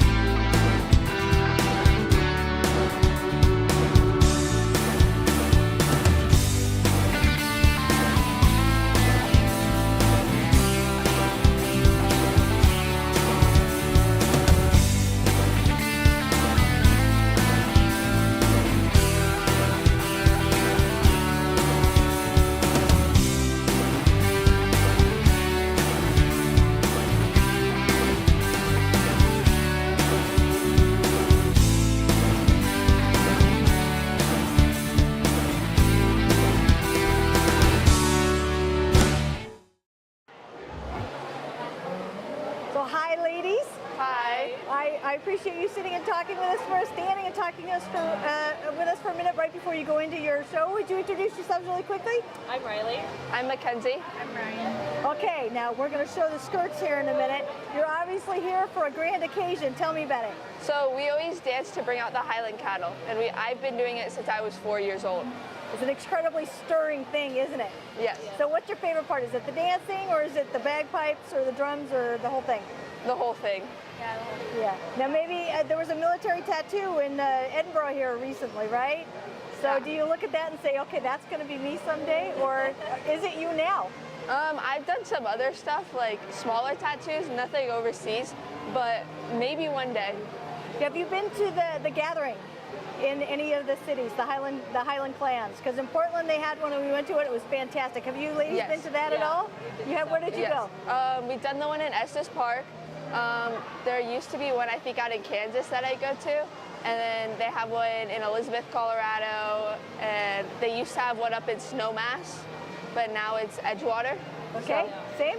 Yep, yeah. And same? We do a lot of things. Are you all related? No. We all go to the same dance group. Yes. So, do you know your clans? Are you Scottish?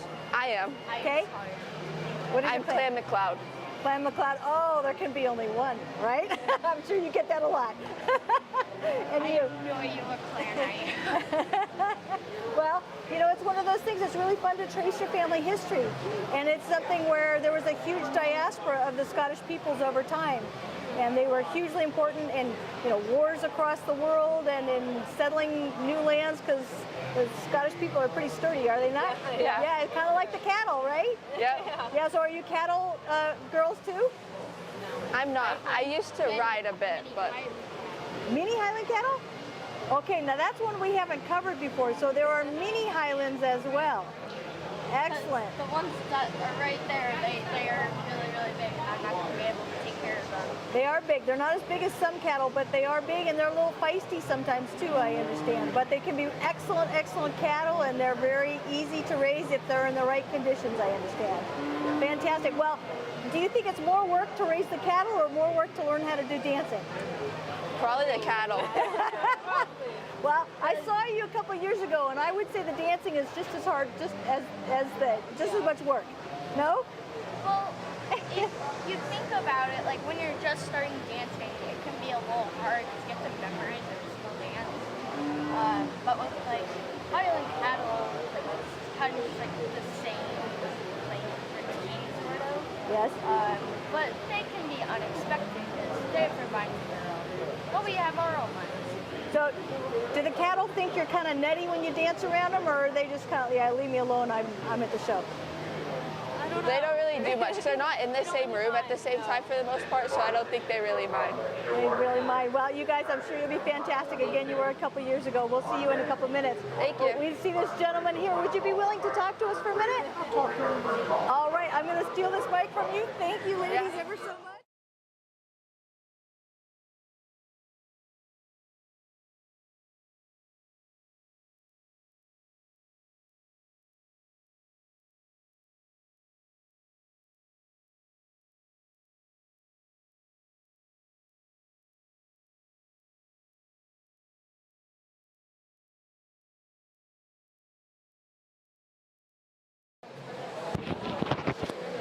Would you introduce yourself, please? I'm John Thornton. I'm drum major for the Denver District Pipe Band.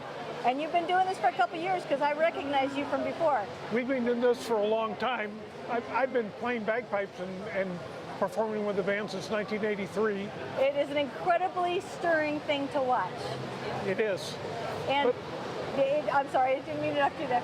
It's just a lot of fun to do. These are Highland cattle. These are originally from Scotland. They're a great breed of cattle, and we love to do this.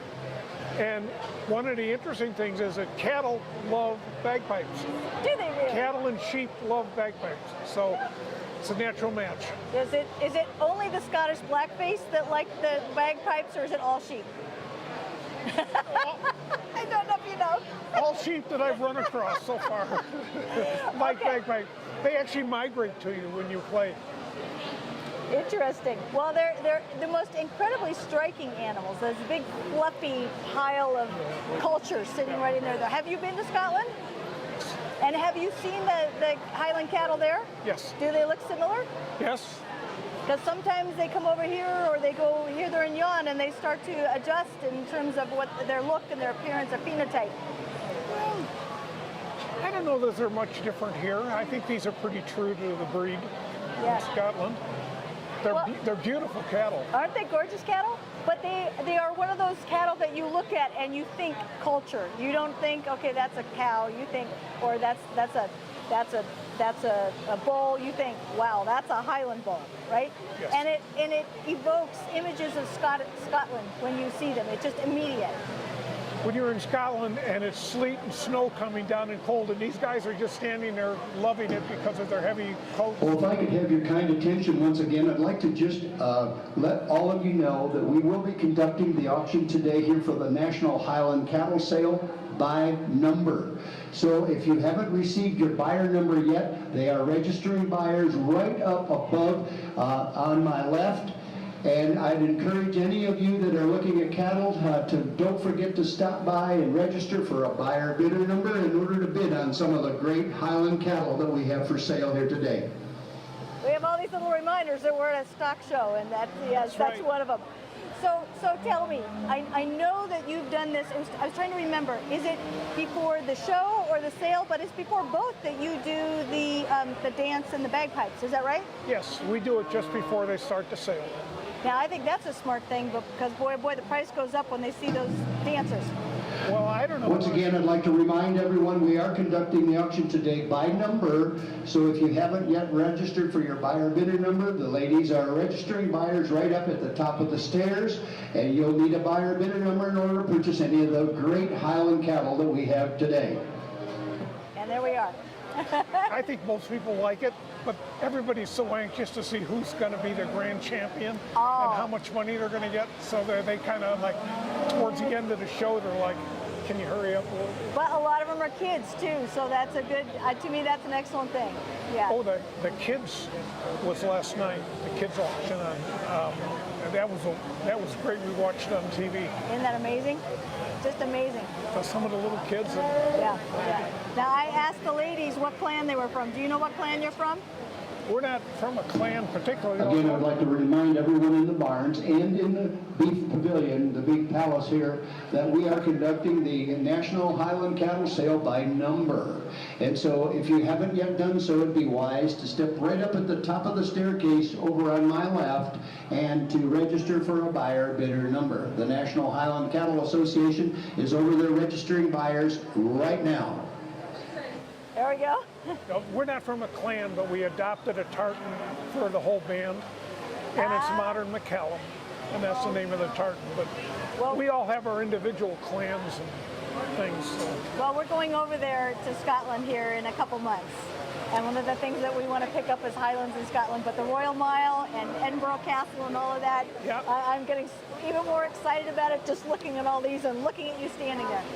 Do you like single malt whiskey? No, I do not, but the man behind the camera does.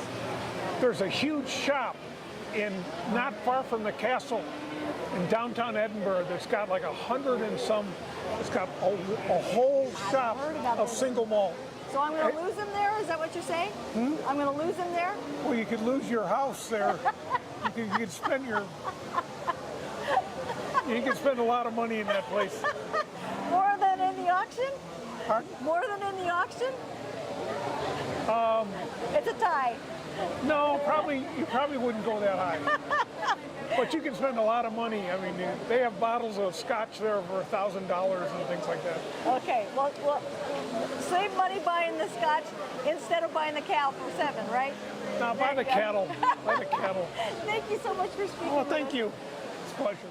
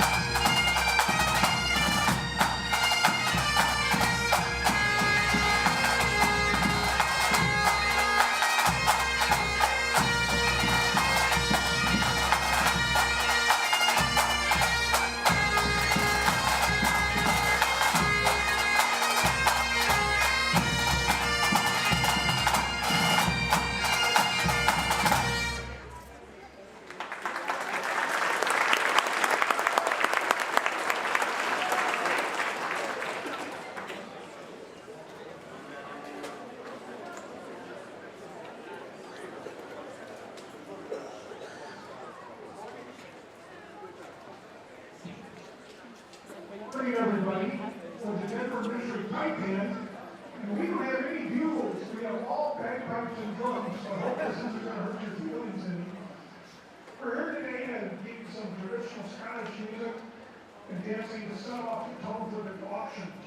We'll start out with a traditional Scottish dance called the Reel Talk. The hoop is called the percent.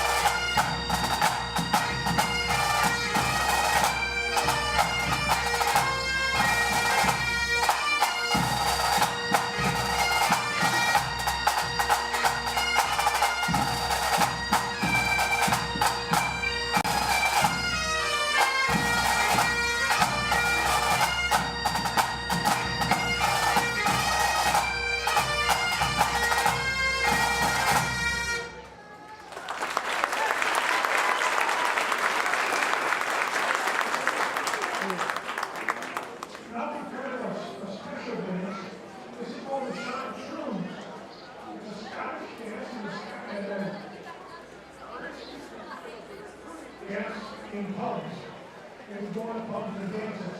It was in the original form, it was an all-male dance. Today we have ladies doing it.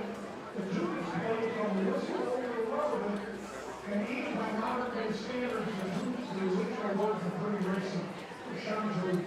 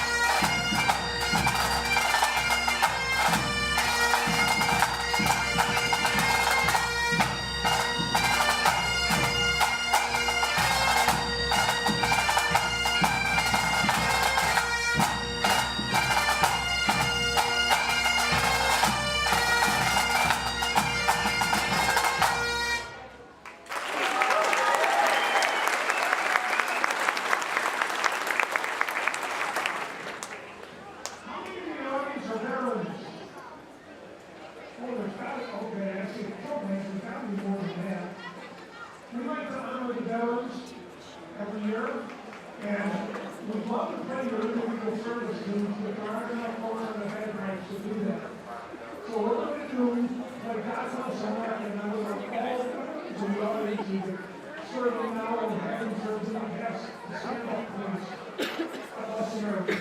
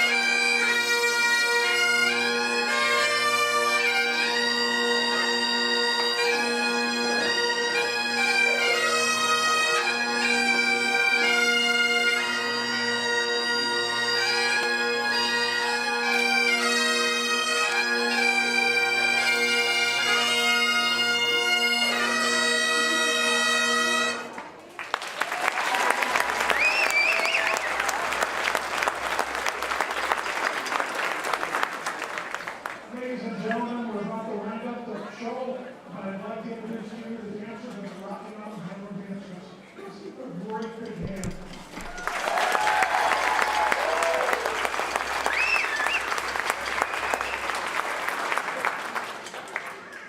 Thank you, dancers. So, we'll literally out and we'll march off. And good luck in the auction, and we hope to see you next year.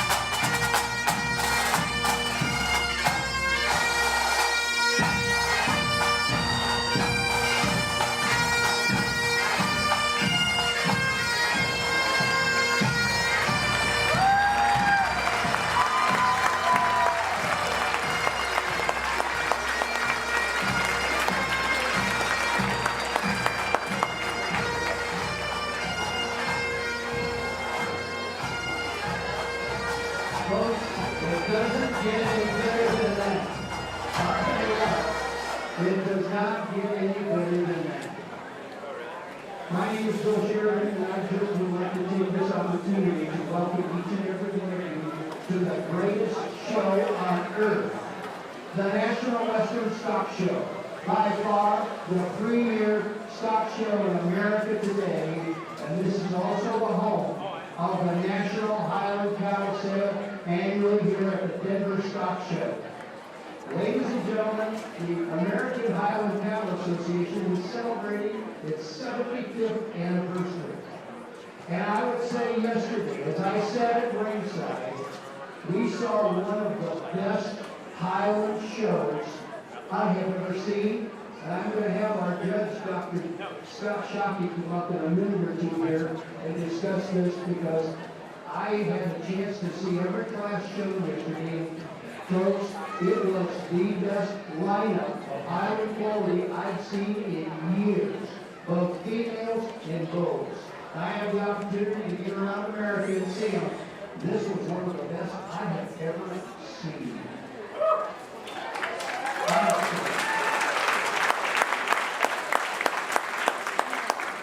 And I would, right now, I'm going to call out Dr. Scott Shockey to come over and to just deliver a little bit of a message, because his commentary yesterday was very profound. And I'd say he's in my opinion, he's a legendary livestock judge because he was on a national championship team at State. He has coached 2 or 3 national championship teams at Kansas State. He has judged many of the national breed shows around America. He saw one of the good ones yesterday. Dr. Shockey? Thank you, Colonel. When you asked me yesterday if I do that, I was thinking of going home. And I'm going to fill in here and get another show this afternoon, so I said I would gladly do this. And again, honestly, people, it was an honor yesterday to be a part of your event. I think I shared with you there during the show. I had done your show, I think, 3 times now. The first time was probably 22 years ago, and after about the second class, I'm going, what did you get yourself into? 5 or 10 years ago, I judged your show, and I thought, this thing is pretty good. And no doubt, yesterday was incredible. I applaud you, and again, I just so much, I hope you understand the effort that you as readers have done, the progress you have made in such a short period of time. We talked about this yesterday, the second to none. It's incredible. I had one of the best experiences, one of the greatest times I've had in a long time judging a show yesterday because of the national show. And the reason being was not only was the cattle good and exciting, but you could tell in the ring and outside of the ring, the crowd was full. There was people everywhere, and there was just electricity yesterday. And I think what makes it exciting to me is, again, I applaud you breeders that have been here 20, 30 years. You endured the test of time, and you continue to stick with it, and you make progress. And now you have people from other breeds that are looking and saying, wow, this cattle is pretty good. You open the door. You open the door to some great marketing experiences for you. I think it is a great opportunity. I walked through the lineup of cattle out here that you're selling. I was absolutely floored by the number of class winners, division champions that are selling today, and what I think is the opportunity for you to buy something and take your program to the next level. Again, I appreciate the opportunity to work your show. I wish you all the best of luck. If you've made as much progress in the next 5 years as you made in the last 10, this thing is going to be historic. So keep up the good work. I would like to put in a plug. Again, I have the opportunity because I surround myself with great people, great students, and great people throughout my life. Right? And I have judged a lot of shows. It's been a long time when I walked out of a bull show and said, that might be one of the best creatures I've seen in a long time. And the fact that not only him, but there was every division, we had a great individual and individuals to work with. And so again, I think the idea that you as readers are bringing your very best to the show, especially on the outside, the bull can make a huge impact on your breeders and breeders. And I was really tickled to see so many great bulls to work through yesterday. But I'm going to quit taking up so much time. I enjoyed it. Wish you all the best of luck. Have a great sale. These are great sales. Have a great sale. Thank you very, very much. We appreciate you coming here and visiting with us a little bit. And I would say, ladies and gentlemen, that quality of cattle that we had yesterday and now in the sale was a direct relationship to what happened last year. Last year in this very sale run, we set the record for the Highland cattle sale averages. Your bulls averaged $5,100 here last year, and your flush brought $11,500. All of your semen lots averaged $2,000. Your female lots averaged $9,200. Ladies and gentlemen, that brings quality to an event like this, and that's why we have stepped up a notch or two here with the quality of the Highland cattle that you're going to see walk through the ring today. And I got a little secret for you. Maybe it's not a secret, but ladies and gentlemen, that bull that Scott Shockey was talking about just a few minutes ago, he made the comment in the ring that that bull would be the supreme champion over all of the bulls and heifers in this entire Highland show. And he said, maybe could very well be the supreme champion over all breeds here in Denver. He saw the Angus, the Hereford, the Simmetones, and the Maidens, and the Shorthorns, and he said, that bull, that Highland bull, is as good as they get. Folks, you are sitting in the driver's seat today. You have an opportunity to purchase the kind of genetics that will either improve your home herd of cows or help you get started. And many of the real good breeders in any breed of cattle you find, they buy the good genetics to get started with. And that's why it's important to buckle up today, get a buyer number, and get in. And I say too, in America today, the investors are now kind of starting to slide their money around. If you've noticed, investment brokers are no longer worrying about bonds and T-bills and stock markets and mutual funds. The Bill Gateses of the world and the other strong financial people are putting their money in ag assets. You take a look. They're putting their money in farmland. They're putting their money in forest land. They're putting their money in recreational land. And they're putting their money in livestock assets, meaning good cows. Whatever breed it is, but I'd say, in my opinion, the Highland cow is the best converter of forages to protein that we have in the world. The Highland cow, that is her specialty. And you're going to have the opportunity to buy those kind of genetics today. If you look at the pedigrees here, they go back several generations to the Scotch Highland cattle that were so efficient converting forages to protein. Folks, you're in the driver's seat today. You have a buyer member, you're going to have the opportunity to take advantage of what many of these fine breeders have brought to the table here today.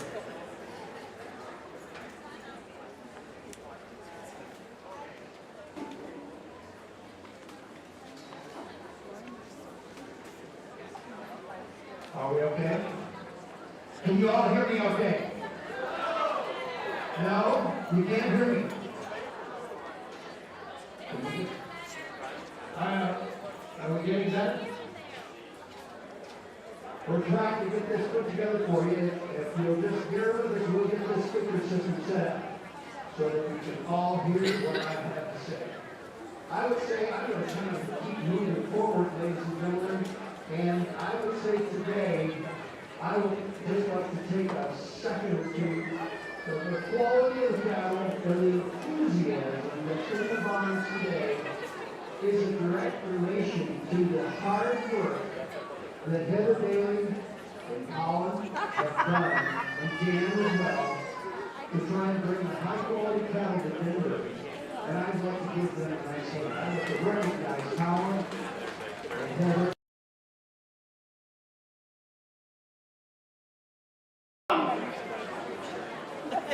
Lot 21 is CJH Rocky. He weighed 918 pounds, had a ribeye area of 10.8, back fat of 0.10, inner muscle of 2.28, and his scrotal circumference is 33. There you go. And that bull, I watched those bulls show yesterday, probably the strongest class of bulls they had. This bull stood third. Right here, lot number 21. He's your number to buy. Right there we go. Tell me here, now I'm going to give $10,000 to starting. I'm 10,000. I'm 10,000 on a minute to get $10,000 on him. I'm 10,000 on a minute up 10 minute to get $10,000 on him. And 10,000 here to get 10 here, not 10. Who get 5 to get him started? I'm 5,000 on a minute to 5 here. 2,000, now 2,500. I'm 2,000 minute to 2,500 on a minute to take it now 3,000 on a minute to get 3 here, now 3,000 on now. And 3, yes, and now 35. 35, now 4. I'm 4,000 on a minute to get 4, now 4, now 4,000 on a minute to 3,500 here, now 4,000 now. 3,500 on a minute to 4. I'm calling you at 35, Tom. Now 4,000, Larry. I'm 4,000 on him. I'm 4 now, 4 now, 4 now, 3,500 on a minute to 4,000 now. I'm $4,000 here to get 4 now, 4 now, 4 now, 3,500 now 4. Yes, 4. Now 4,500. Tom. I bid 4 online, now 4,500. I have $4,000 now 4,500 here, now 4,500. Is he trying to bid up there? I have 4,000 bid to get 4,500 now. I have 45, thank you. Now 5,000, and now 55.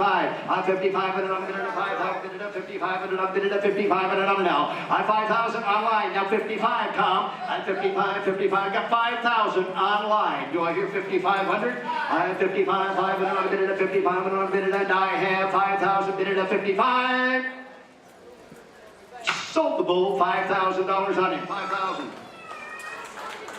He's going to go to Florida. And what's that number?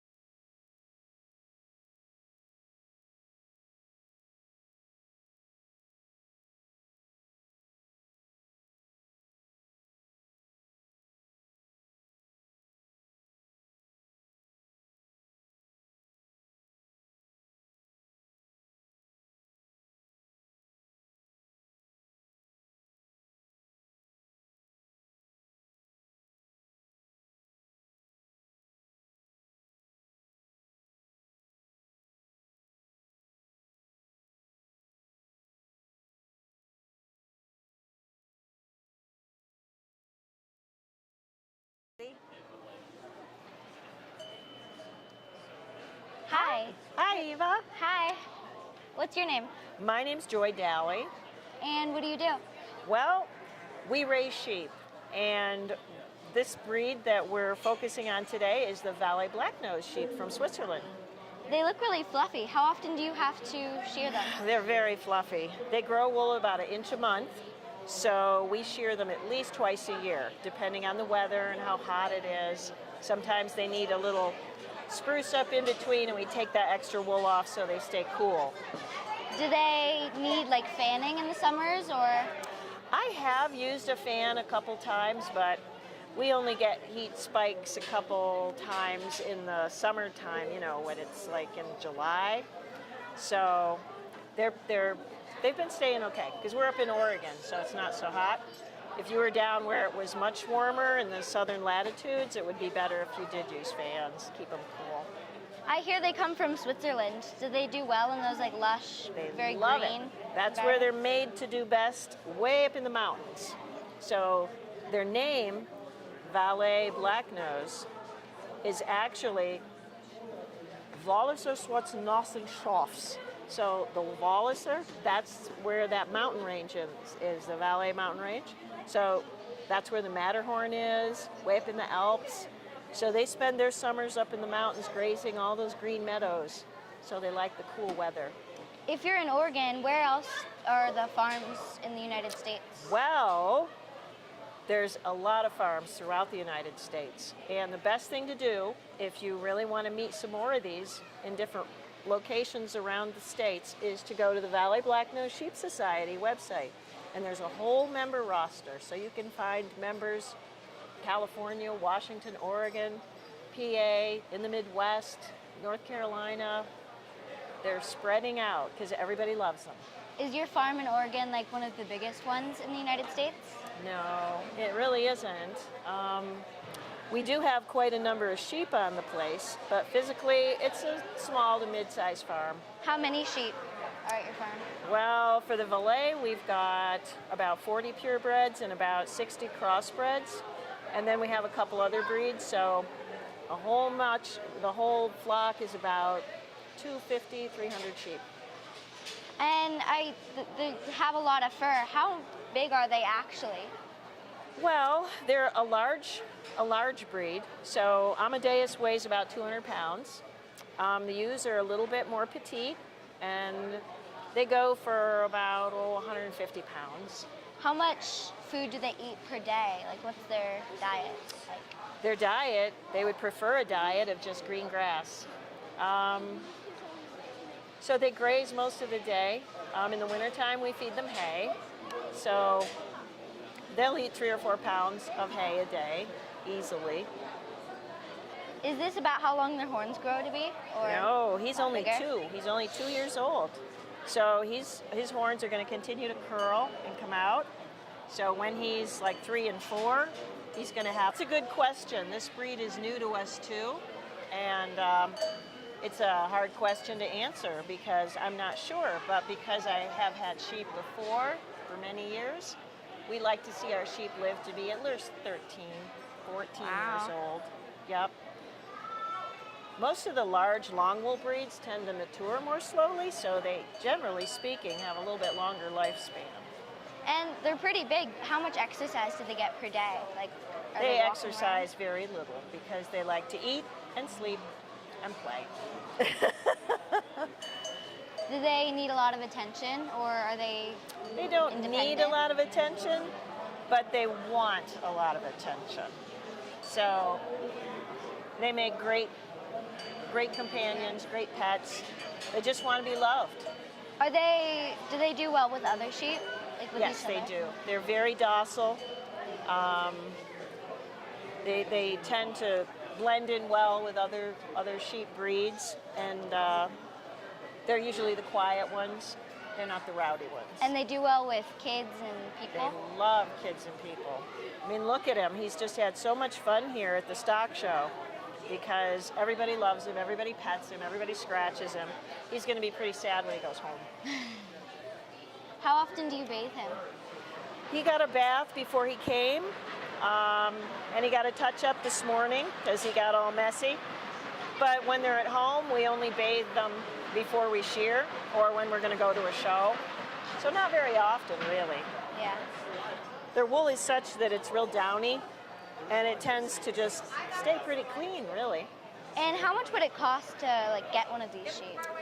Well, the purebreds are very expensive right now because they're rare. And the only way we can get them into the United States is with embryos. So we import frozen embryos, and then we have to do an embryo transfer program with an embryologist.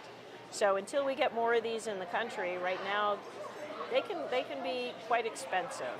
The upgraded stock, which is like little Buckaroo that you were playing with, so he's an 87.5%. And those run a few $1,000s, but these are more expensive, yeah. How often do you get a new lamb at the farm? How often do you? Well, sheep in general have a gestation period of 5 months. So from fall breeding, count 5 months, and we've got lambs. So February, March, April, May, those are our busy months. Lots of lambs bouncing around. And I saw that you were feeding him with a bottle. Is that a formula or milk? Little Buckaroo gets a special formula just for baby lambs. Yep.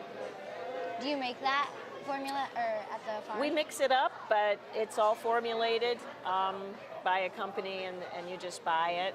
It's like baby formula for sheep. Cool. Thank you. Thank you. I hope you had a good time. I did. All right. Thank you. And how do people find out more about these sheep? Well, the best way to find out about these sheep is to go to the Valley Black-Nosed Sheep Society website. And there's a lot of information there about breeders in the United States. There's also information about the breed itself and where to find them. Thank you. You're very welcome. Okay, we've been chatting for a couple minutes, but now we'll get to start on our formal interview. Will you introduce yourself, please? Yes, I'm Deborah Faulkner.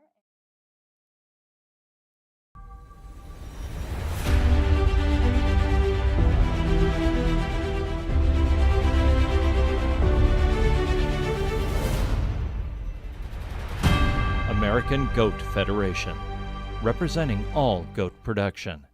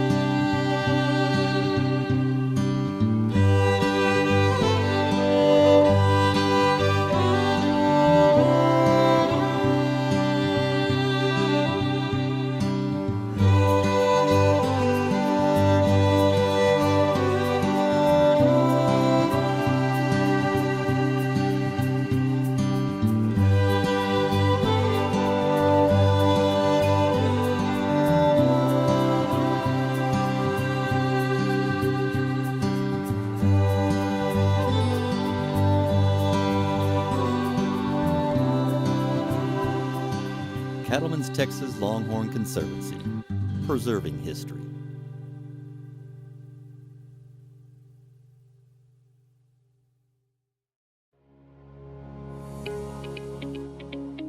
Every fall since 1980, the Dutchess County Sheep and Wool Growers Association have presented the New York State Sheep and Wool Festival. From raw fiber to animals, products, and goats too. Fiber farmers, vendors, shows, equipment auction, workshops, and even a llama parade. So please join us again in 2023 for the New York State Sheep and Wool Festival. You'll be glad you came. The Suffolk Punch draft horse originated in eastern England, where it was developed to work the region's heavy clay soil. While other draft horse breeds found employment carrying knights into battle or parading before cheering crowds, the Suffolk breed quietly went about its business of getting the work done in the field and forest. The breed has changed little over the years. They are powerful, intelligent, loyal, and tireless, making them the perfect partner for today's draft horse farmer. Over the years, they were carefully protected from crossbreeding to ensure their desirable qualities would not be diluted. A side effect of that defense against genetic adulteration was a smaller population of horses representing the breed. There have never been a lot of Suffolk Punch horses in the world. In the mid-20th century, the breed approached extinction. Today, while the numbers have begun to rebound, particularly in the United States, they remain an endangered species of horse. The nonprofit Saving Suffolk's North Coast chapter was formed to educate the public about this important horse breed and promote its preservation. You can join this mission by making a tax-deductible donation. Visit the website on your screen to find out how. They're the oldest pure breed in the world. When the Romans invaded England, they described the Devon. They've been around ever since, but they have not changed. The Pilgrims came into Plymouth in 1620. 100 people came on the Mayflower. 50 died the first winter because of disease, other issues, starvation, maybe freezing. They didn't have substantial buildings, didn't have anything. Because the Pilgrims didn't have any communication, cell phones and so on, to get back to England, they sent word back with the ship captain and a few people they sent back. We need animals here to sustain us, chickens, pigs, cows, goats, sheep. So the third boat, 1623, I believe it was called Charity, brought animals to the New World, into Plymouth. And among those were the red cattle from the south of England, which we know today as American milking Devons. Well, that's always been the Devon's strong point. That's their forte. I mean, from the days in Plymouth, they sustained small families with milk and meat and labor, and that's what they're doing today on these small farms and sustainable farms, and they're the excellent cow that's tailor-made for that.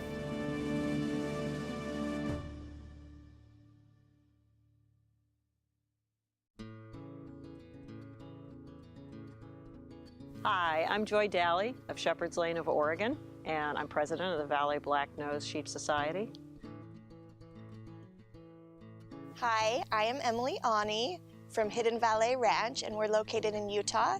I am the Vice President of the Valley Blacknose Sheep Society, and we are here today to tell you a little bit about the society. We are a collaboration of 80+ farms now. Yes. And we're working together to bring the world's cutest sheep to America. So please join us on our adventure and become a part of the Valley Blacknose sheep community.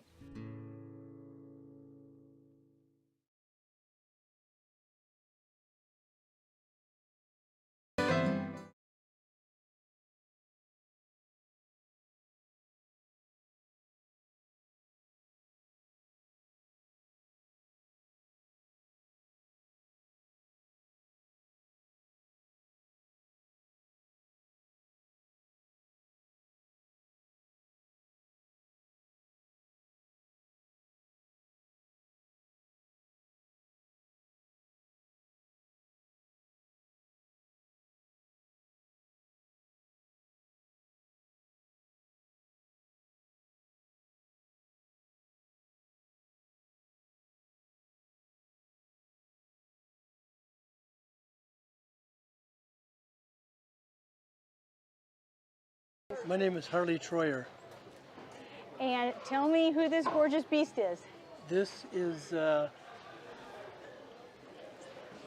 Major. Major, he's seven years old. And a 7-year-old what? He's a dapple gray percher and gelding. Now, we see these big perchies out here. Most all of them are black, and the dapple grays are so gorgeous. The dapple grays they're getting more rare all the time. And when they're born, they're black.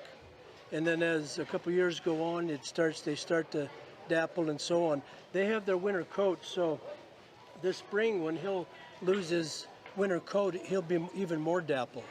And then as time goes on, when he reaches maybe between 10 and 12, they start to turn white, and eventually they'll be all white.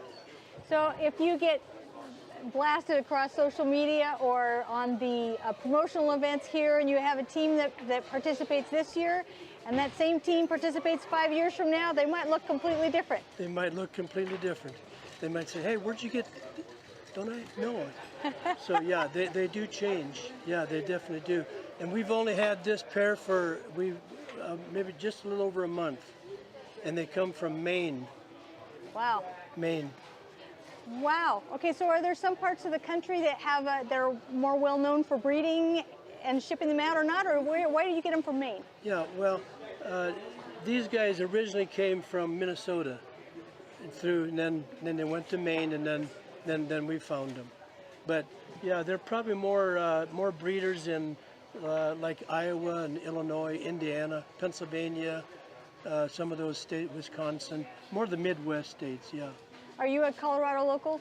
Yes, we live here in Colorado. We're about 35 miles north of here.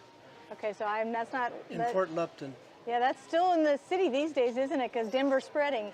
Pretty much, yeah. So not quite as far as Fort Collins, but down a little bit. Right, yeah. Okay.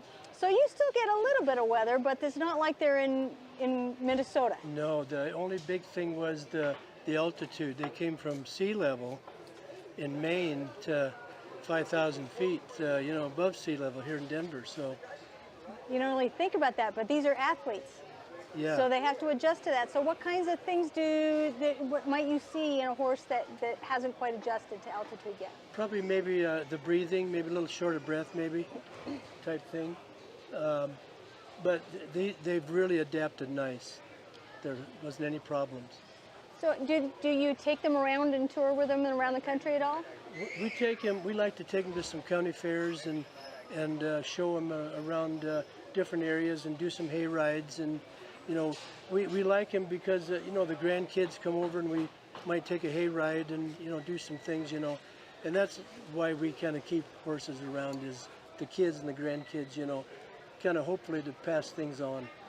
Yeah, it's a wonderful thing. Well, I didn't really think about that. If you tour around the country and the horse is not acclimated yet, that it's not just a simple thing where you just have to take it somewhere. You really have to account for all those adjustments. Yeah, this was about 1,800 miles one way, and we debated whether to go get them ourselves the first part of December, but we had them shipped. So they came part way and spent the weekend and then from there they came on out. Yeah, this guy's a character, isn't Hey, yeah, he's showing off. Yeah. Well, you would think the drafts are a little cooler, and aren't so spicy because they really are meant to be workhorses, right? But Right. the ones that we've seen today are pretty. They have a lot of personality to them. Yeah, they do. They do. His half brother, his brother over here, is kind of the same way, but maybe not as friendly. Although they meet you at the gate every morning and evening, and they love people. I could probably let him right out here, and he'd stay right here. Yeah. But this is not, this is not the equivalent of driving a Honda. You're driving an 18-wheeler here when you have this kind of thing. Yeah. Just before they were shipped here, the guy weighed them, and they weighed a little over 2,200. Wow. Yeah. So how much does this big guy eat every day? They can eat a lot. We feed big bales, but not all at once. We flake it off. But they'll eat, a couple slabs. In a small bale, they would probably eat a bale in the morning and a bale at night, between the two, if they're big, heavy bales. So I'm seeing your sign here. Tell me a little bit about the company. Well, we started the Colorado Draft Horse and Equipment Auction about 32 years ago. And we do it 3 times a year, April, July, and October at the Adams County Fairgrounds. So these guys are a write-off for you. Isn't that a great thing? Yeah, we kind of do that, sure. Yeah. Well, it's a very valid one, too. I'm sort of teasing you a little bit, but it's a very valid one because these are awe-inspiring, striking animals. Yeah. People stop and look. It is about as close to pure promotion as you're going to get. Yeah. And see, we'll be in this next class, working team on the rail, and that's our gas wagon over there that we'll be hooked to. So we're a little bit different than what some of these big hitches are. We're more in the farm classes and the competitions, the timed events and things like that. Yeah. So if you would please tell me where we will find you today and tomorrow in the event ring. We're going to be, as soon as we're done here, we'll have to get ready because we're going in at the 1 o'clock performance today. Okay. And then this evening at 6 o'clock, we're in the feed team race. Excellent. Is that when they slog sacks of grain around? Yes. Okay, that's kind of an exciting one too. So if people want to find you, do you have a website or social media or any other contact information? Yeah, we have a website, TroyerAuctions.com, and we also, you can find us on Facebook. Yeah, so yeah, we're pretty easy to find. Just Google our name, Troyer Auctions or Colorado Auctions, type thing. Yeah. Wonderful. Thank you so much, and thank you for arranging the footage where he's eating your hat. We Sure, appreciate yeah. that too. Yeah.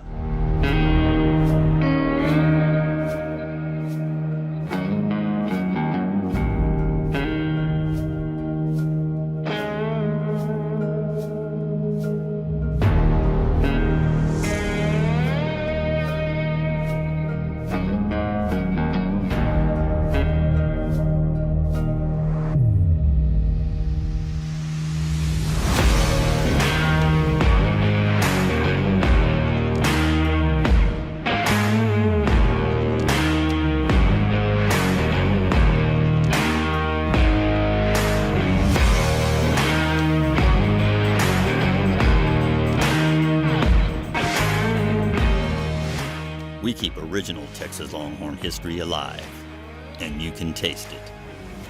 Certified Texas Longhorn beef. 500 years of adapting to change.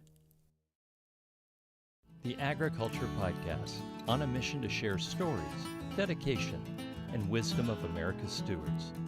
Join us on a green adventure. Listen wherever you get your podcasts.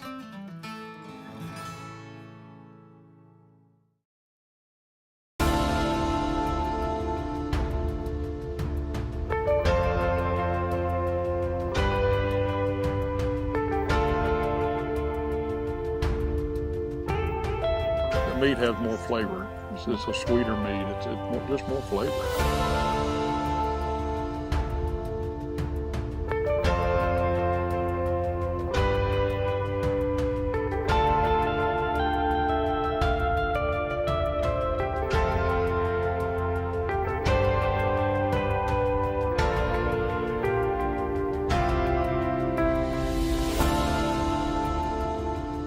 500 years, it's been the new family cow.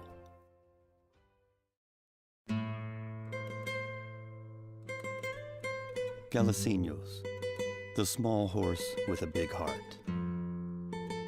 A very rare breed descended from the original colonial Spanish horses brought to the islands of Cuba and Hispaniola. Although thousands were brought to the U.S. in the 50s and 60s, they are now considered critically endangered by the Livestock Conservancy.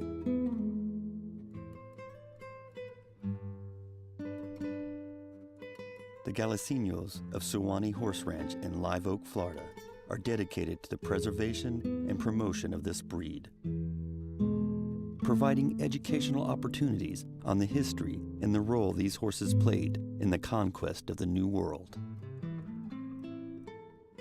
For more information, please go to www.galicino.org.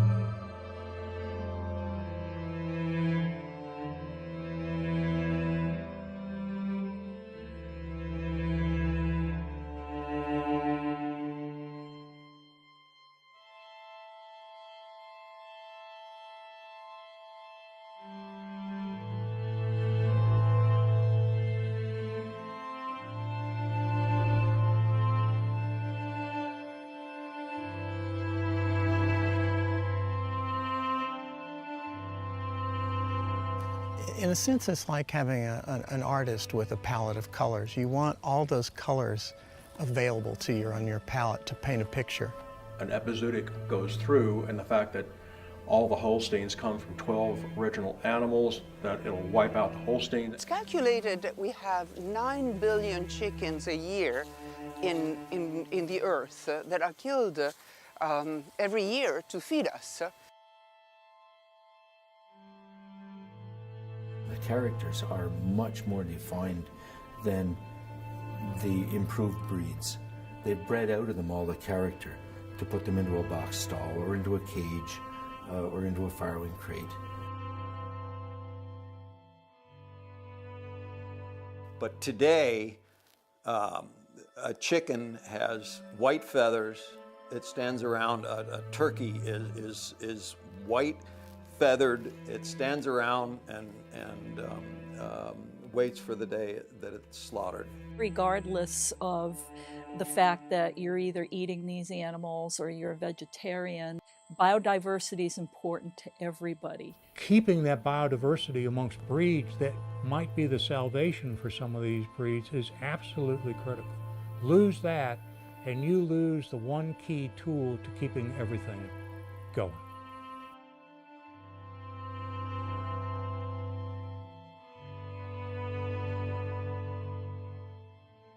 I think it's important, unique breeds of animals, all different kinds of animals. It's important to save them, because if you lose that genetics, you have lost it.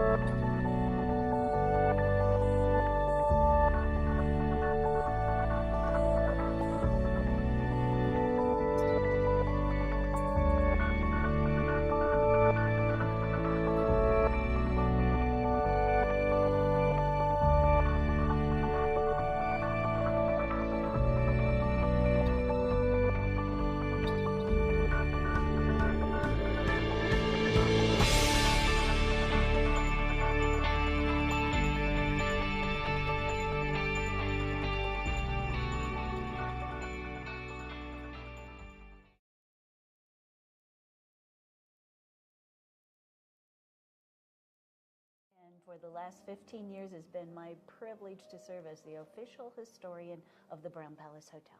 Okay, now, not every hotel gets its own historian. So tell me how you ended up with this position, and did they create it just for you? Oh, no. But I am only the third historian the hotel has had since the position was created in 1977. So people die in this job. No, not really. I actually, short answer to that is right timing, right skill set.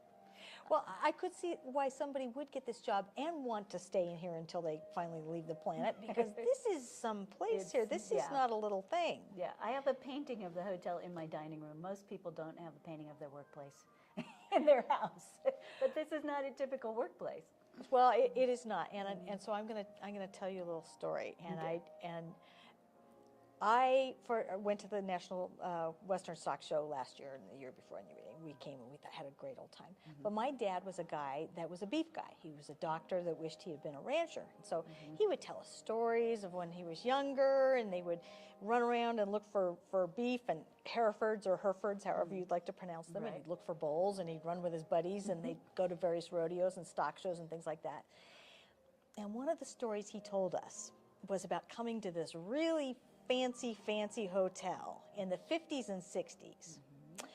And he said it was the one place where everybody would come to the stock show, and they would walk in and there would be guys. Anyways, the story is rather funny.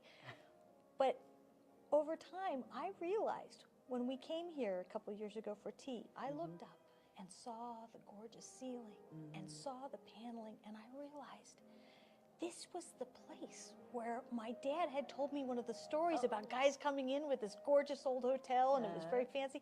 This was the place. So I was so excited about it, and I'm so thrilled that we actually got to come in and that you're talking to me, because this place has history, and it's entrenched history. Yeah, it really, it's very iconic. It is amazing. So, okay, so now give me the quick little Reader's Digest version of the history of the hotel. Reader's Digest. I don't know if I can do that, but opened in 1892, took 4 years to build, and a total cost to build and furnish way back then of $2 million. And when it opened, it was considered by many one of the 3 premier hotels in the entire nation at the time. And from the beginning, we attracted heads of state and royalty and celebrities, the social elite, the business and political movers and shakers, all the best people. We like to think that we still do. Our founder and namesake, Henry Cordis Brown, was an early Denver pioneer. Actually came the year after the big 1859 gold rush, but he was not a prospector. He is a businessman originally from Ohio, and particularly a real estate speculator. And in a stroke of real estate genius, when Colorado became a territory, he donated 10 acres in the middle of his homestead property, centered on a hill that he had called Brown's Bluff. And he donated this as a site for the new state capitol building. Yes, he was generous. More than that, he was shrewd, because he knew as that building rose, all of his surrounding 150 acres suddenly in great demand. So his homestead became our Capitol Hill development. He charged a premium for those lots. That was the beginning of his fortune and the way he was able to afford this grand hotel. And as we were talking about earlier, at the time, late 1880s, early 1890s, Denver had a lot of hotels, but they were all down at the other end of 17th Street, clustered around Union Station, because that's how everybody came and went from town. But as the Capitol rose, over here just a few blocks away, a lot of investors realized there needs to be a really impressive hotel for all the VIPs that are doing state business, and that's why this hotel was built. It's triangle shaped, right? A perfect right triangle, by the way, because it sits at the intersection of 2 differently aligned early Denver street grids. When they laid out the streets of original Denver about a mile away around Larimer Square, everything was parallel, perpendicular to Cherry Creek. When Henry Brown laid out the street grid for his future Capitol Hill development, he just went with the cardinal directions, north, south, east, west. And where those 2 street grids finally intersect in this part of town, I'm sure you've noticed a lot of these weird triangle-shaped blocks, strangely angled streets like Broadway, make everybody nuts. All Henry's fault for not sticking to the plan. I now completely understand the drive over here. There you Thank go. Okay, yeah, it makes everybody crazy. And before the hotel sat on this lot, the Brown family used it to graze their cow, because their house was right across Broadway where the Wells Fargo Bank is now, so kind of cool. So anyway, yes, from the beginning attracts the best of the best and just had a reputation, throughout the nation. Every U.S. president, 20th century U.S. president, beginning with Teddy Roosevelt, with the exception of Calvin Coolidge, visited us at some time or another, as well as movie stars and famous authors and all kinds of things. So our VIP list goes way, way back. We have a lot of wonderful traditions here at the Brown Palace, and of course one of them is the lobby steer that you want to talk about. Well, it's okay. We're here for the National Western Stock Show, but I have to say that the steer in the lobby is something that is probably near and dear to both the stock show and the Brown Palace, and you've managed to combine those two in one of the most, I'm sure, was a cowboy raucous towns ever. It's not unheard of that you would put a steer in the hotel lobby, I'm sure. And yet that tradition only goes back to 1945. Now, we've been associated with the stock show since the very beginning, 1906, because, a lot of the stock show people would stay here. However, I have to quickly point out, not cowboys, not ranch hands, they couldn't afford it. We're talking, stockmen and breeders and ranch owners, so, not your everyday cowpoke. But they always stayed here, and one of them that stayed here a lot in the mid-century was Dan Thornton. And he was a rancher in Gunnison County, later becomes Colorado governor in 1950. And he always stayed here for the stock show. And should we go on into the history of the steer here? Yes, please. Okay, so in 1945, his two Hereford bulls, they were bulls, not steers at the time, they were named Triumphant Type Regent, or TT Regent, and TT Regent 1, who was his son. And here is, I'm not sure which one of these it is, but they're coming in our very fancy entrance here. Here's Dan Thornton, who is known for his Stetson hat and pipe and boots. I told you I was looking for my dad in Yeah, this he shot looks a lot like he's got shots just like this at home. You can imagine yourself back in this time. Yeah, yeah. So anyway, when both of those, one was Grand Champion, one was Reserve Grand Champion, they both auctioned for an unheard of at the time $50,000 each. For in bull or steer? 1945 for bulls. Okay, Yeah. now that I can understand. Yeah, you understand, okay. So anyway, it made, international news, and the hotel owner at the time, C.K. Betcher, invited him to come and exhibit them in the lobby for the media, and the tradition was born. Now, a weird thing to notice here about T.T. Regent and his son, T.T. Regent 1, they were actually bred for dwarfism. Look how short he is. He's a very short animal. He's hardly got any legs at all, and it was because he was trying to create the perfect block of beef. But guess what happened with these poor guys? Out on the range, they actually got hung up on sagebrush and stuff because they had such a low clearance. Oh my gosh. So they had to stop doing that after a few years. They couldn't breed them for dwarfism anymore. I think that's like the weirdest thing about them. So anyway, that's a great shot, since though. it is a fun one, and we've got some down in the display case of both of them in the lobby and such. But anyway, that began the tradition, and so it's always on the last Friday of the stock show for just 2 hours around the lunch hour, so from 11 to 1, right next to the ladies having tea in their hats and gloves in our soaring, elegant atrium lobby. We exhibit not only the Grand Champion steer, but the Reserve Grand Champion, because the two together supposedly help keep each other calm. So they come in from our 17th Street entrance, because that's the ADA entrance, so no stairs, and steers don't get along too well. Come in from there on a red carpet all the way to a little temporary pen right by the concierge desk. And for just those 2 hours, general public is invited to come. You can pose with the Grand Champion, have your photo taken, and the line is around the lobby and out the door. Is that the whole press time. or is that That's people? Because general I public, saw some shots from the newsreels before, Oh, yeah. and this is a huge event, and is. it's covered by every media outlet in town Because too. it's so unusual. It's so Denver. It's It's very so Denver. Yes, it's Yes. that too. Yeah. Yes, It is, yeah. but I mean it's a huge deal, and I will say that we had tea this afternoon. My Oh, very niece, nice. when she said, we're going to the show. That was her one thing. Please, may we have tea? Because that's such a wonderful thing It here. really is, And yeah. Devonshire cream is to die for. Oh down my there. gosh, yes, Scones, I yes. agree. Okay. It I is. won't go on that, but yes, Okay, it yes. was absolutely delicious, and it was one of those very special moments where you just need to put on a hat with a feather. We and have a lot yes. of people who do that. For a long time, we got a lot of red hat ladies when that was popular, and we'll get little fairy tea parties and all kinds of things. It's very unique. Tea has always been served here in the hotel, but not always in the atrium lobby. That's only been since 1985.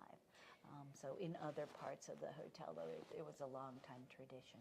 Well, I was delighted because we kept trying for the reservation. I know you do open table reservations for that kind of thing too, but we did weeks ago, and there were a few slots. But today is Thursday, which is the only reason we got one, because apparently the last 3 days, or the Friday, Saturday, Sunday, tea is sold out sometimes for months ahead.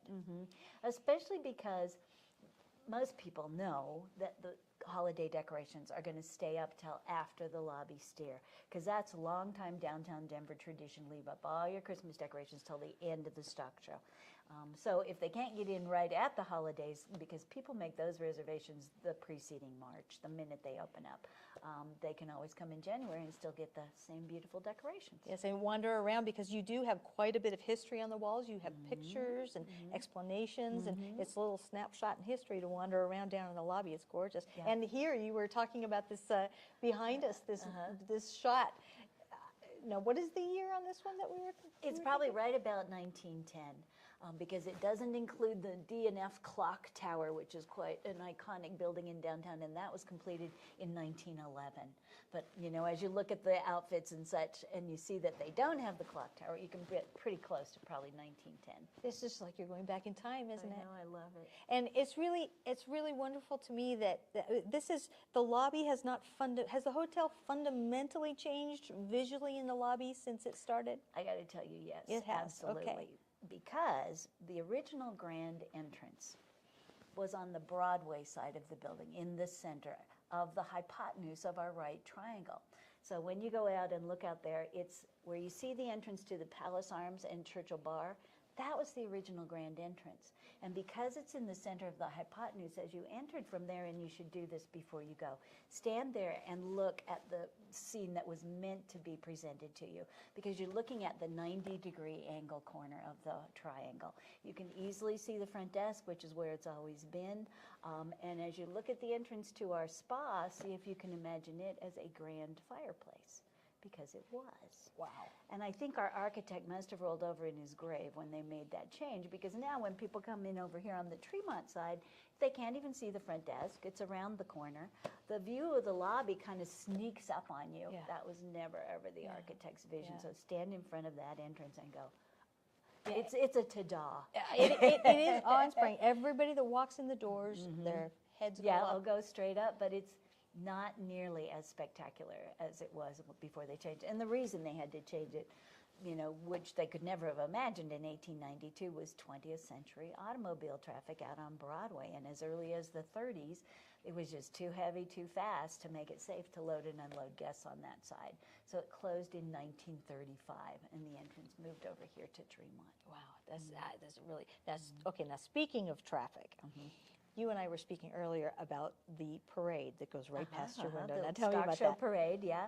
It's right at the beginning of the stock show, and they bring all the livestock, the horses, the rodeo queens, everybody comes up 17th Street from Union Station and turns the corner right here by the hotel onto Tremont, goes on over to 15th and then up to the Civic Center. But it's so wonderful because where they turn, they usually put on kind of a show. So like the tractors are spinning around and the horses are doing tricks and all of that. So this window right here is the perfect place to watch that parade. So I take it you're sold out. I would assume you're sold out this whole, because if not, that would be worth coming for. Yeah, it because you actually just, would, you just took me over there. You're standing in front of the window watching. Yeah, it's the that would be perfect place, and amazing. you're not too high because we're just on the second floor. Yeah, it's fantastic. So just be advised that if anybody comes to the Brown Brown Palace, beware of the parade day. You're going to prep way ahead for that, and beware of the steer day afternoon. as well. Yes. Okay, now I do have to ask, at what point did they decide to go from the Grand Champion bull to the steer? I can't find out. I'm not going to lie. Am I the gonna first spook person ya. to ask that? Pretty much, Yeah, yeah. really? Most people don't even ask about it because they just assume it was always the steer. But like I just said, with Thornton, it was the bulls. So I'm not quite sure. But I think one main reason they did change it is because for decades and decades, after the exhibit, the Brown Palace always bought the Grand Champion and served it in the restaurant. Oh. And you don't do that with a bull. Early on, No. someone explained to me the difference between a bull and a Yes. steer. A bull gets to be a daddy, and a steer gets to be dinner. Yes, and the nutrients are completely different because the energy is completely different. I'm sure and that's I'm right. assuming the ability to contain him in that little area in the lobby is very different for a steer and a Oh yes, bull. and little. yeah, absolutely, yeah. Yeah. And people always say, "Oh, did he ever get out? Did he ever, stampede tea or whatever?" And the answer is no, not while on exhibit. But gosh, I forget when this was. I think it was sometime in the early 90s when they were reloading them in their trailer out here on 17th Street. One of them somehow busted free and started tearing down 17th Street.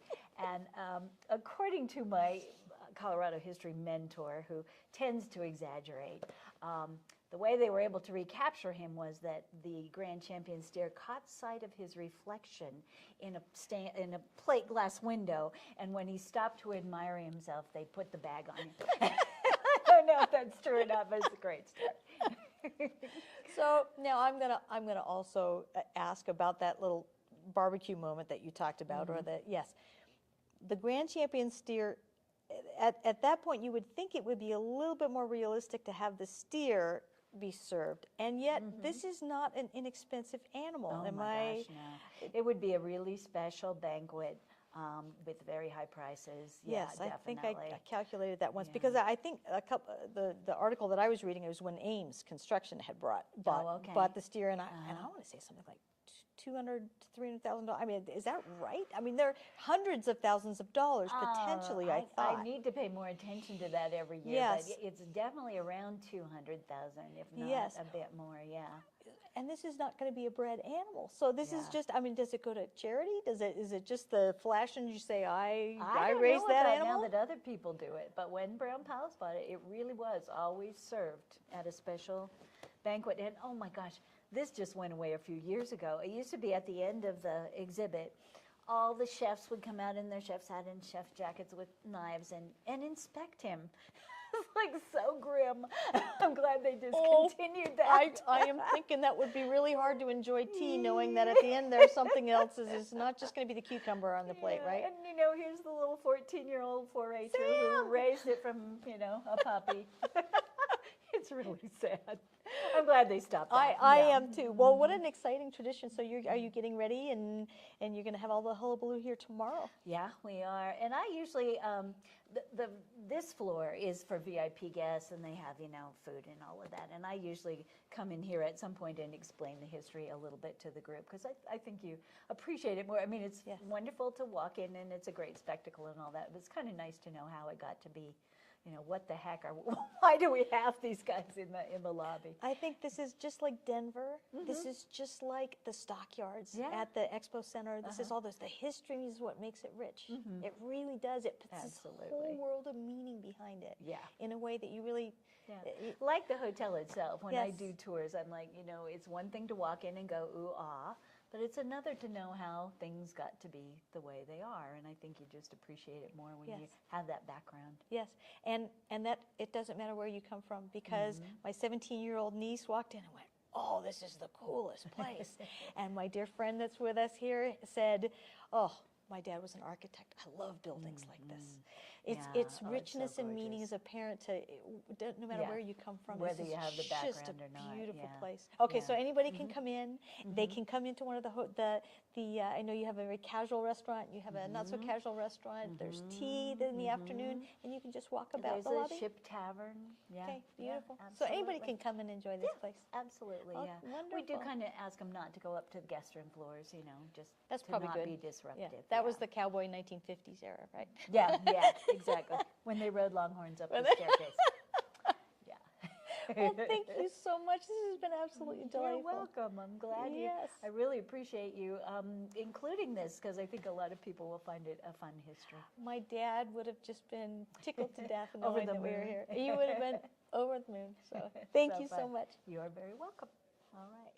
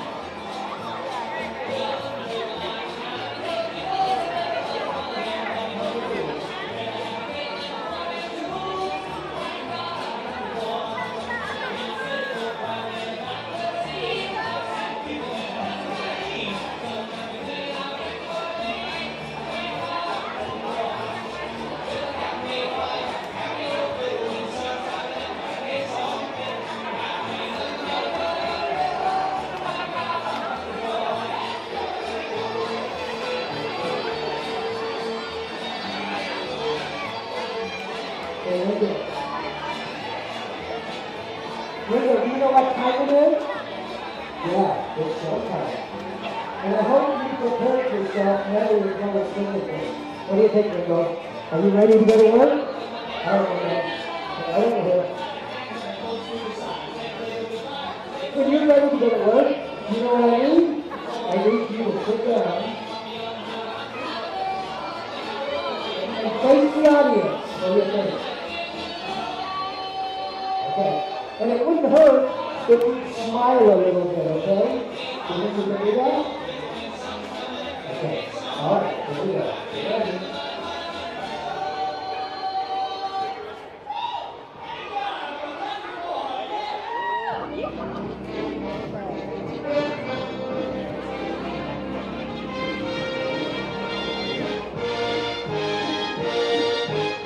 Introducing Top Hats of the Wild West, starring Johnny, Ringo, and Spanky.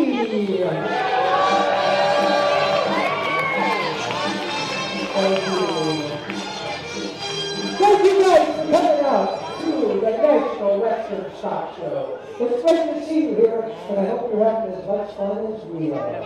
Well, let me take a second and introduce the stars. The little white pig up in the wagon is a potbelly pig that came from a pig rescue right here in Colorado. He was pulled out of a home and taken right to a rescue where he had been misfed and mistreated. And we saw him and we thought we'd just leave him a home where he could live with some other pigs and have a good life. And he turned out to be a very smart little hog. Meet Spanky! And this guy right here, he's also a potbelly pig that also came out of a rescue here in Colorado. They threw him out because he got too big. And he's actually the average size of a potbelly pig. Neat. And when we got him, he turned out to be the Einstein of porcine. Neat. Johnny Ringo!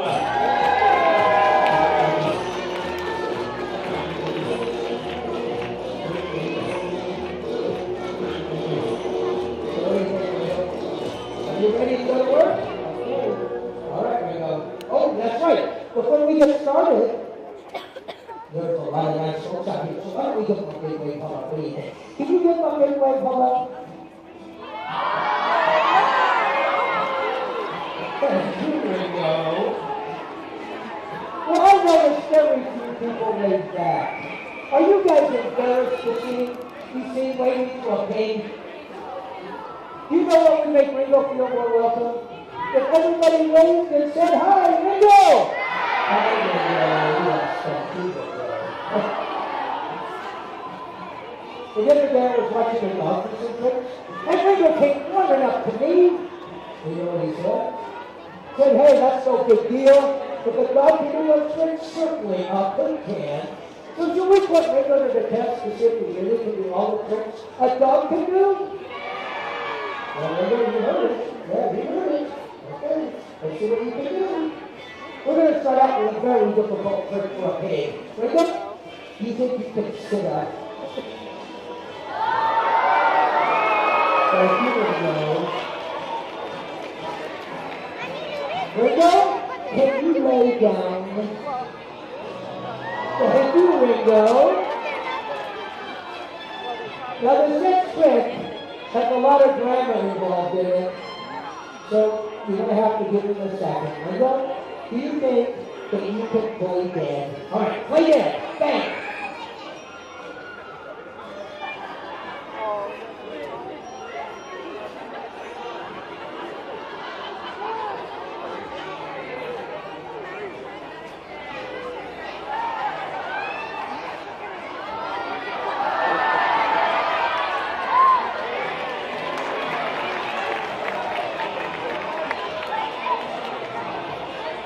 He was such a ham. Here we go. Well, it wouldn't be complete unless Ringo retrieves something like any good dog would do. So Ringo's going to attempt to retrieve this ball. In fact, I like to call him Lightning for this trick. Lightning! Fetch.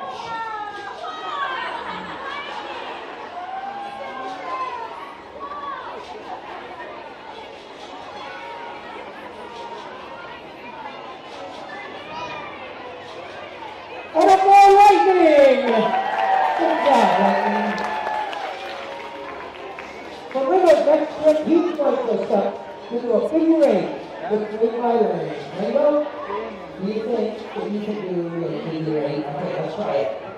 Figure eight.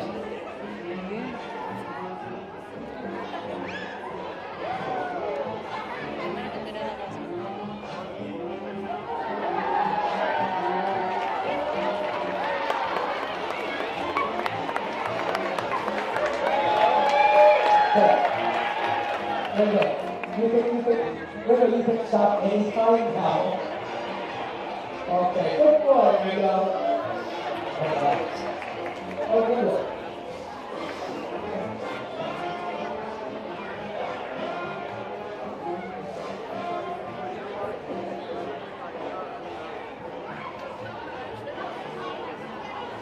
Ringo, can you jump right around your box? Good. Okay. What do you think, Ringo? Are you ready? Okay.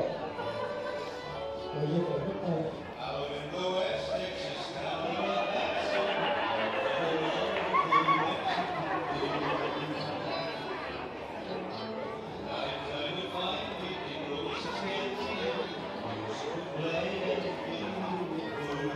Thank you, Ringo!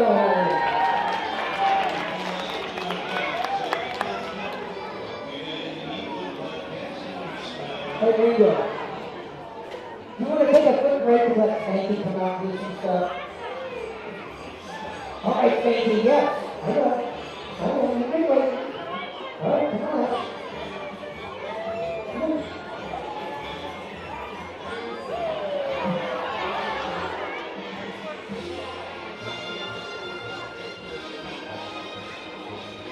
Well, you may recognize some of our kids. Because we've had things on Late Night with David Letterman, Guy Joseph's Murder with Dick Van Dyke. England and Japan have sent films we got to remember. They've been on the Tonight Show with Jay Leno. All of our kids starred in a National Geographic special, Hog Genius, and on America's Got Talent. Thank you.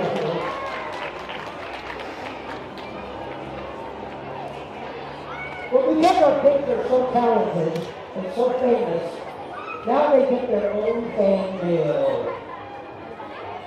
Thank you. Do you think you can get the mail? Yes. All right, come on. You know what? I think the mail's here. Would you please check?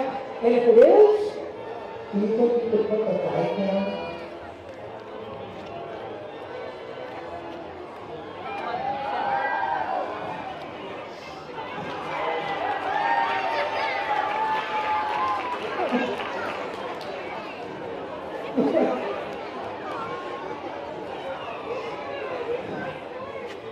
Special delivery!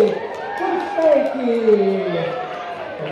Thank you, yes, later. Well, look at that, you left the mailbox open. You think he was born in a barn.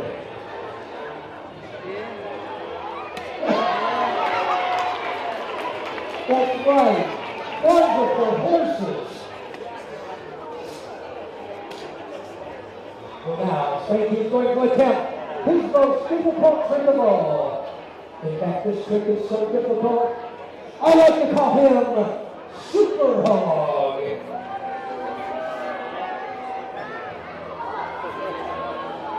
Super Hog is going to leap through this finger. Are you ready, Super Hog? Then you're going to be a hero. That's you're going to be a hero. Then you do it. You do it. Right.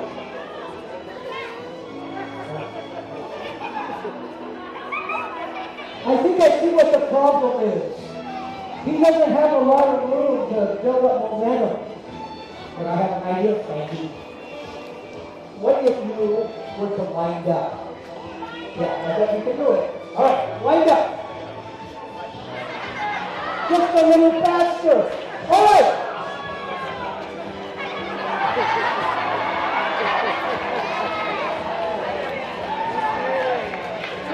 Okay. Well, you thought that was something?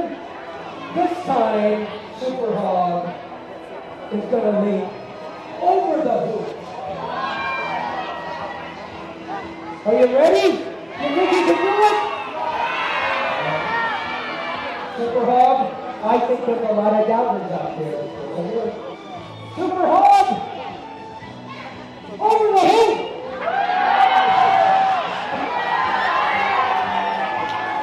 And he still goes slowly. I bet you can't teach an old hog 3 tricks. All right, Super Hog. The pigs are very misunderstood animals. And in fact, they're so misunderstood, Becky and I decided to go on a personal crusade to dispel many of the false rumors about pigs. Pigs are highly intelligent. In fact, they happen to be the third most intelligent animal. They're also very clean animals. And to demonstrate both of those to you, Spanky is going to show you how he puts his toys away. Spanky, do you know what time it is? It's time to clean your room. And you need to put your lamp chop away. Do you think you can put lamp chop away? All right.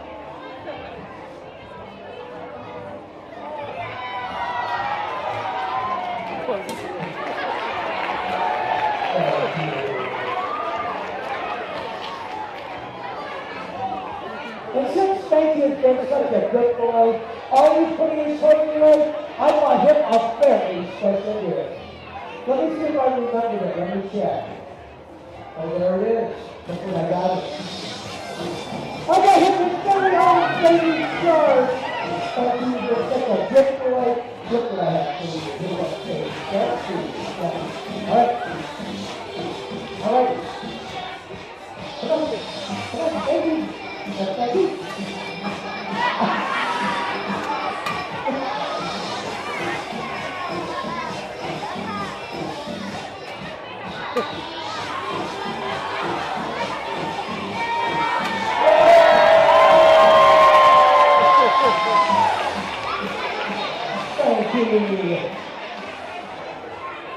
Okay, do that, buddy. Okay, maybe we should let Mango come back up. What do you think? You want to take a break? Okay. Okay, Mango. Well, being one of the world's most powerful pigs, naturally, Ringo knows several impressions. The first impression is of a rhinoceros. If you were driving your Jeep in Africa and you saw rhinoceros coming up, you might expect something like this to happen. Ringo, can you do your impression of a rhinoceros?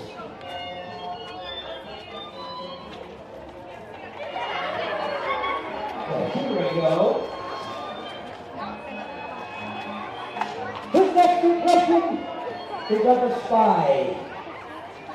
He just stole some secret documents from an enemy country, and now he must sneak out of the country without anybody seeing him. Ringo, can you do your spy? Thank you, Ringo. His next impression is of the Great Lakes, Michael Jackson. Michael Jackson doing the moonwalk.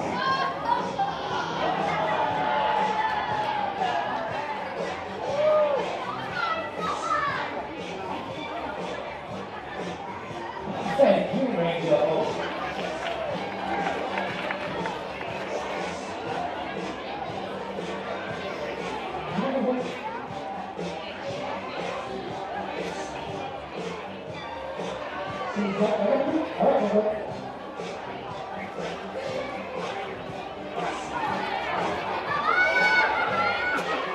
The great Stevie Wonder.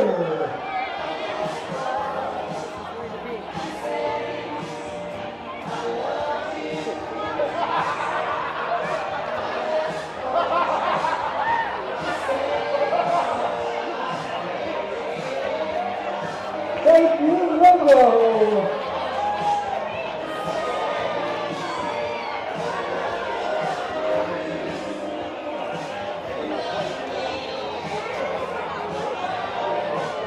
All right, so we don't think you come out.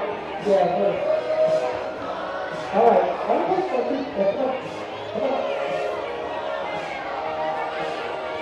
There you go. That's thank you to this trick, can you? Did you guys thank you to it? Okay, thank you. Well, we finally come to the part of the show that you kids have been waiting for all day long. The educational part. Okay, I know it's the weekend, so we'll make this fun, okay, and we won't go too long. But a lot of people ask me how I train these animals. And so I thought I'd take a second to show you. Because how many people have a pet dog that they train? Quite a few people, yeah. Well, you use the same training technique on your dog that I use when there's Frankie here. We use all positive reinforcement. Who knows what positive reinforcement means? A few people do. For the people that don't, it means we give them a treat for doing a good job, right? Has anybody seen me giving them treats? Have you? What am I giving them? Does anybody know? What is that? You're right. You guys know? What is that? No? You are right. What, you guys know? Goldfish. How about you guys? What is that? Goldfish. He does his tricks so that he can get a goldfish. Isn't that right?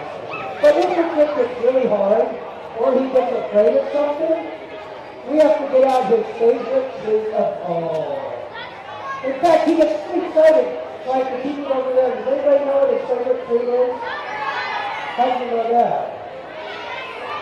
Oh yeah, you're right. We're sitting right here. Nutter butter peanut butter cookies. He'll do almost anything to get one of these nutter butters.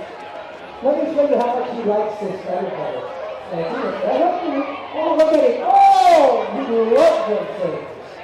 In fact, you know what he always says? Can I have another peanut butter cookie?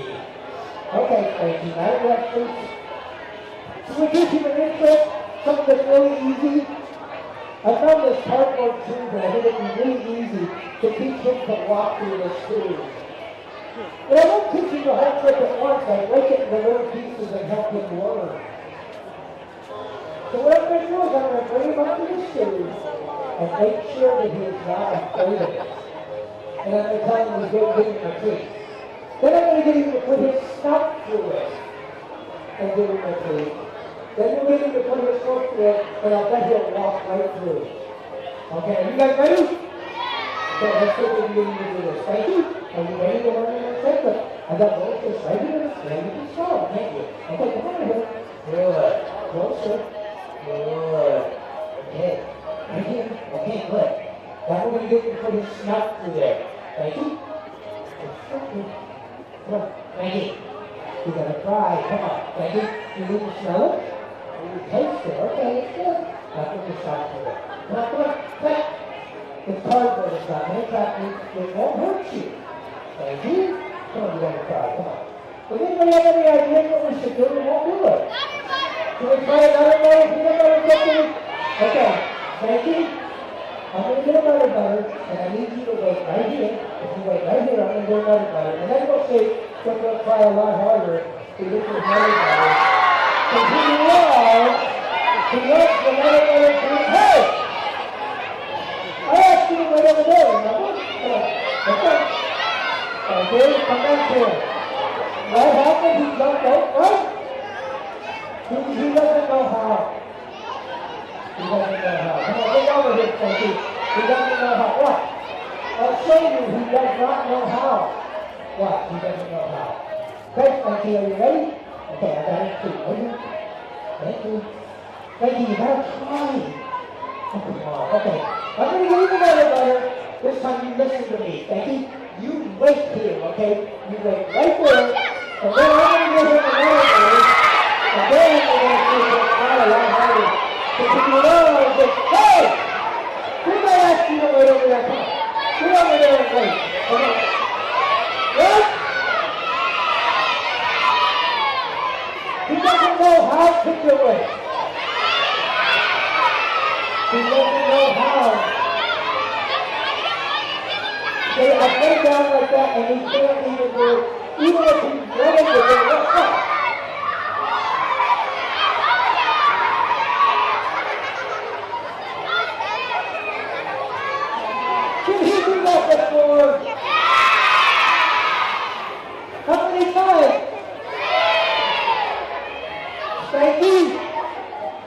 was not funny. Okay. All right, if you're going to get smart aleck, why don't we let Ringo come back out? Okay, so. Okay. Well, Ringo is a recent graduate from the Juilliard School of Music.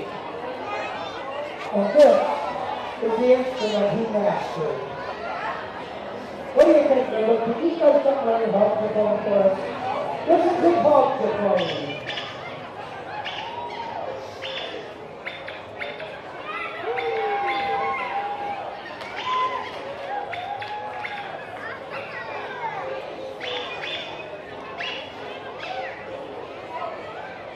Thank you, Ringo! Hey, Ringo, what a quick encore like this on your plays away.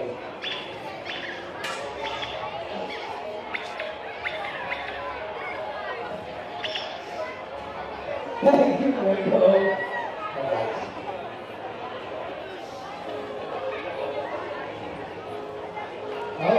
Well, it's time for sports. You guys like sports? So we could. But we have a rule around our house. No sports till you finish yours. Well, not your horns. You already did the horns. We have a rule. With no sports till you finish yours. Who said dinner? He's a pig. He always eats his dinner. Who said homework? And guess what Ringo didn't finish this morning? His math homework. Ringo, I told you to do your math, but you don't go outside and play. So now we have to stop the show. Yes, we do. Well, because Ringo has a hook, he can't hold a pencil. So what I did is I put numbers on these cups, and then I set these cups up in a line. And then we're going to ask Ringo some very simple math questions, like 1 plus 1 or 2 plus 2. And he's going to go down the line, and he's going to look at each cup, and he's going to knock over the cup with the correct number on it. I hope. All right, Ringo, I know. You think math is really hard, don't you? Okay, well, let's see if you can just do your homework. All right, here we go. Hey, you know what? Instead of me asking the same questions, how would you like to start? I need to ask you a question. You want to try it? Okay, you can try it. But you're going to have to listen very carefully. If you have a math question for Ringo, it has to be an addition question, and the answer has to be 5 or less. Let's see if Ringo can answer your question. So you're going to have to speak up. So who has a question for Ringo? Do you what? 2 plus 2? All right, Ringo, did you hear what it was? I think it was 2 plus 2. Are you listening? 2 and 2. Okay, I hope you can do this. I'm going to go down to the end, all the way down to the end. I'm going to knock it over now. And add the numbers up in your head. What is 2 and 2? No, we're going to go to the end. Come on. Right here. Come on, right here. I want you to go all the way to the end. There you go. Go all the way to the end. All right. There you go. Now look at the numbers carefully. What is, you can do it, Ringo.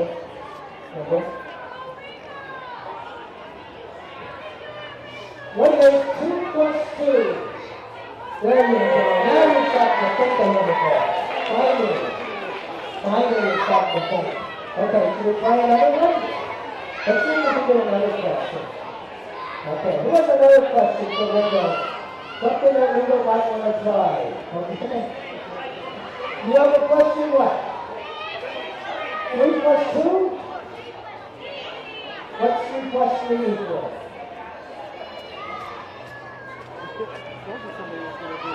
It has to be 5 or less. So who has a question for Ringo that he can answer? You do? Yeah, right. 1 plus 1. All right, Ringo. That one should be fairly easy for you. I think you can do one in one. I think you can. Okay, go down to the end. All the way down to the end. All the way. We go what is 1 plus 1. That's it. Good boy. So we try one more question, Ringo? Okay. All right. We'll try one more. And then maybe you can play sports. Okay. Another question for Ringo. Oh, wow. How about the orange jacket right there?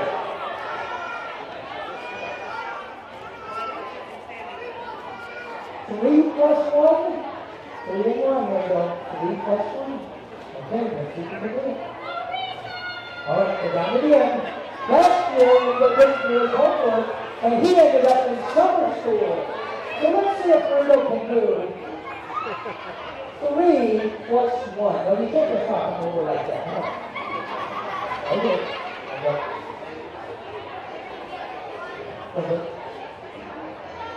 Okay. Now you got it. 3 plus 1. What is 3 and 1? All right, Ringo. You ready to play sports? All right. Okay, Ringo. Guess what? We're going to let you play sports. Before we do any sports, though, we're going to have a traditional raising of the flag. Ringo, can you do the honors?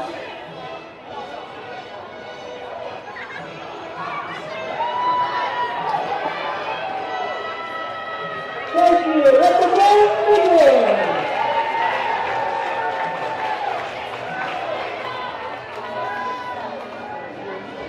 Well, Ringo loves to be a professional athlete, and what would be more fun to being a professional golfer? Play golf all day long and getting paid? Okay, Ringo, I'm going to put the hole right there. Are you ready, Ringo? You know what? If you practice really hard, maybe someday you'll be as good as Tiger Woods. Here goes Paul Woods.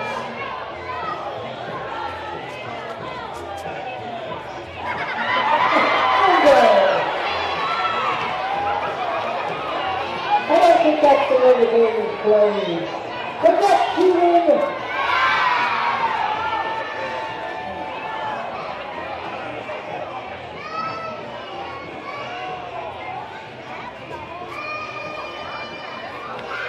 Well, it's time for Little Pig Soccer. But we're not going to ask Little just to shoot a soccer ball. We're going to actually ask him to demonstrate his dribbling skills by moving through 3 cones and putting it in the net. All right, Ringo.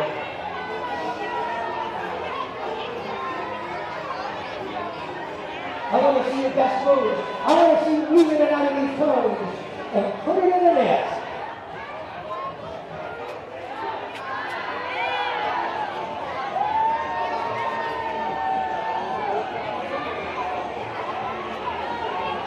All right, Ringo. I want to see your best move.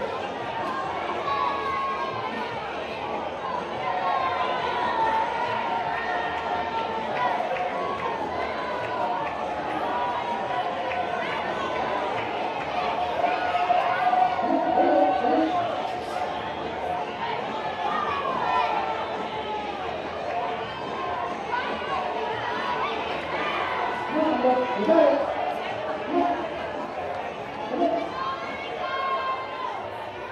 You want to try one more time? Oh, there you go. Good boy. That's it.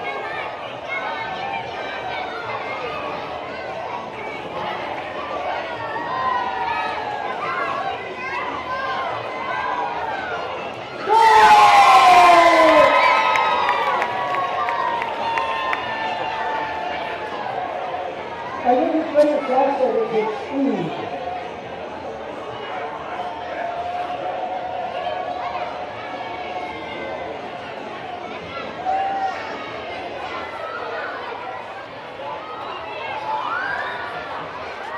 Welcome to the PBA Slam Dunk Finals. That's Kids Basketball Association. And our finals are here we go, and Cy Spunky.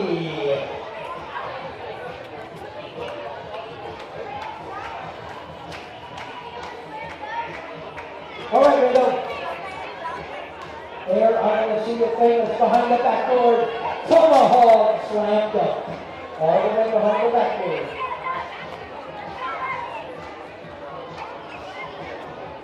And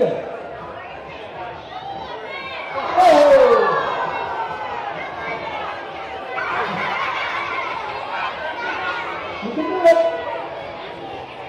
And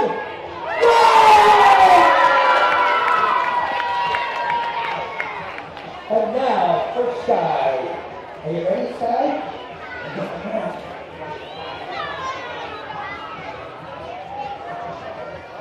Now Sky is going to be attempting a very difficult 360 slam dunk.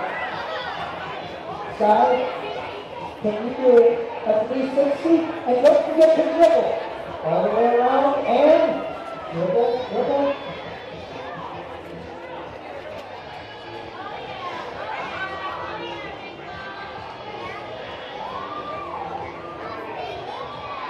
And go!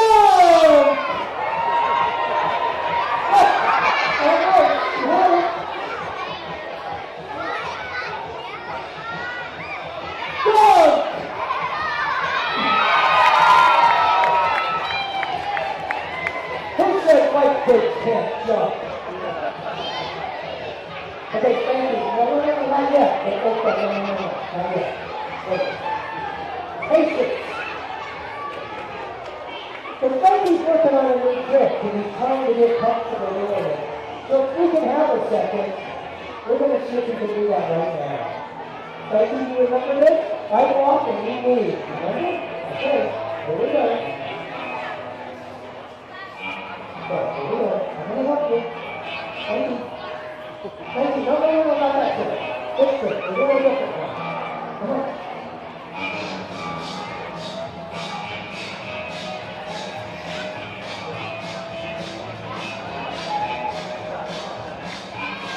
All right, thank you. No, not that one. That's very good. But what are you going to do? What are you going to do? If I walk backwards. What do you do if I walk backwards? Maybe. Back.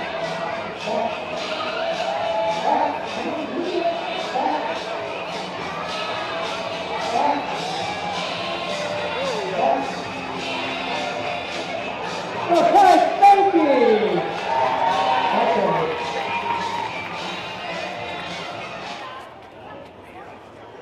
All right, come on. Are you ready for your big finale video? Okay, it's time for your finale.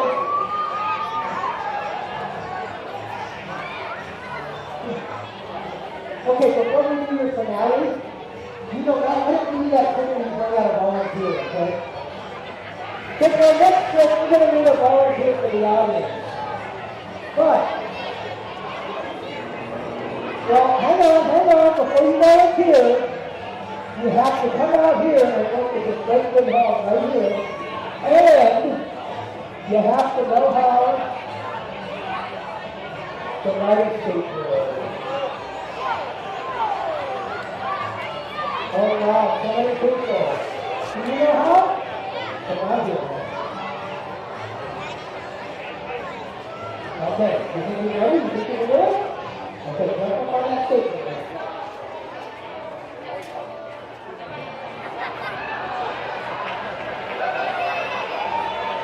Thank you, Ringo. Thank you. All right, so we've got one more right here. We'll have someone volunteer. You want to go? Come on. Okay. You didn't do that skateboard, did you? Oh, good. Okay, then you're next. Okay, Ringo.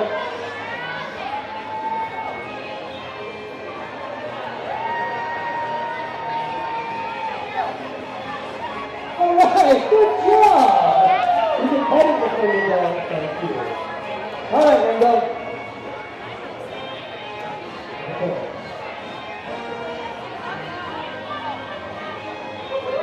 Okay, when you get ready to do your finale, can I talk about your DVD for just a second? We have all kinds of angles and working on our best to go and thank you, their friends, but they knew that was impossible. So they put together a DVD, a decorative concept book at play, and even learning new tricks. It's fun, it's educational, and it's an hour and 40 minutes long.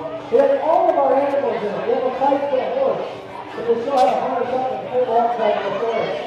This is my racing Bo. He races in the mountain top in Colorado. He's an 8-time world champion. You'll see him racing. Our 50 dogs winning 50 competitions. Our eagles running and playing, and even our parents flying outside. It is super fun, and kids love it. It costs for $20 in the store, but here's the stock show. We sell it for $10, and it helps support our rescue animals.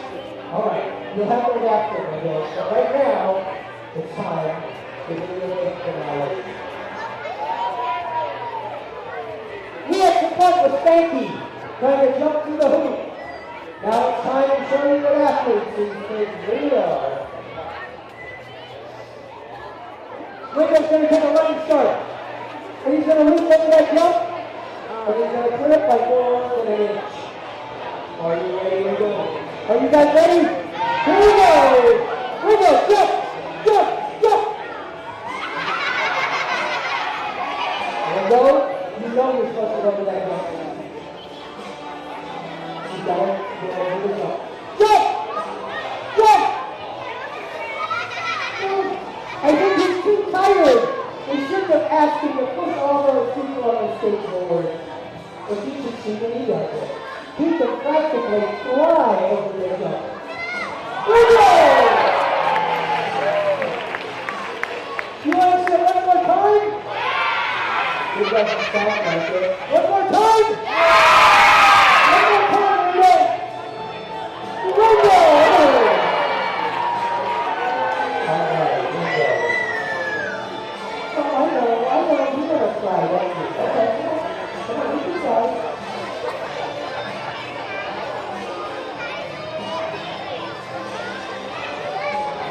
Ringo. Ringo.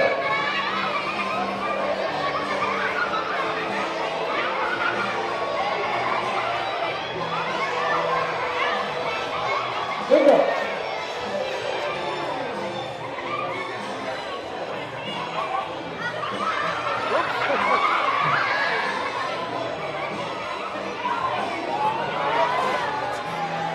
Ringo.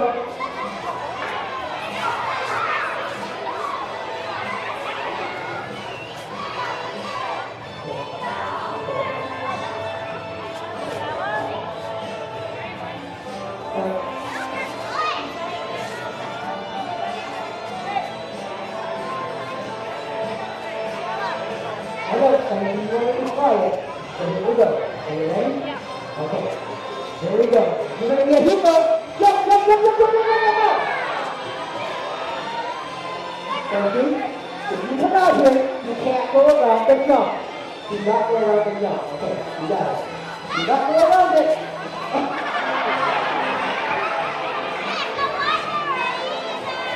Thank you. Well, when Frankie's tired, and he's ready to go home. So, come over here, Frankie.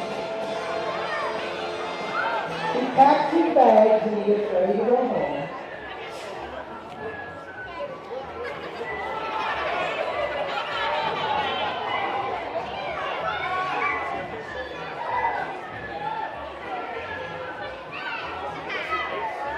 Thank you, Frankie. All right. All right.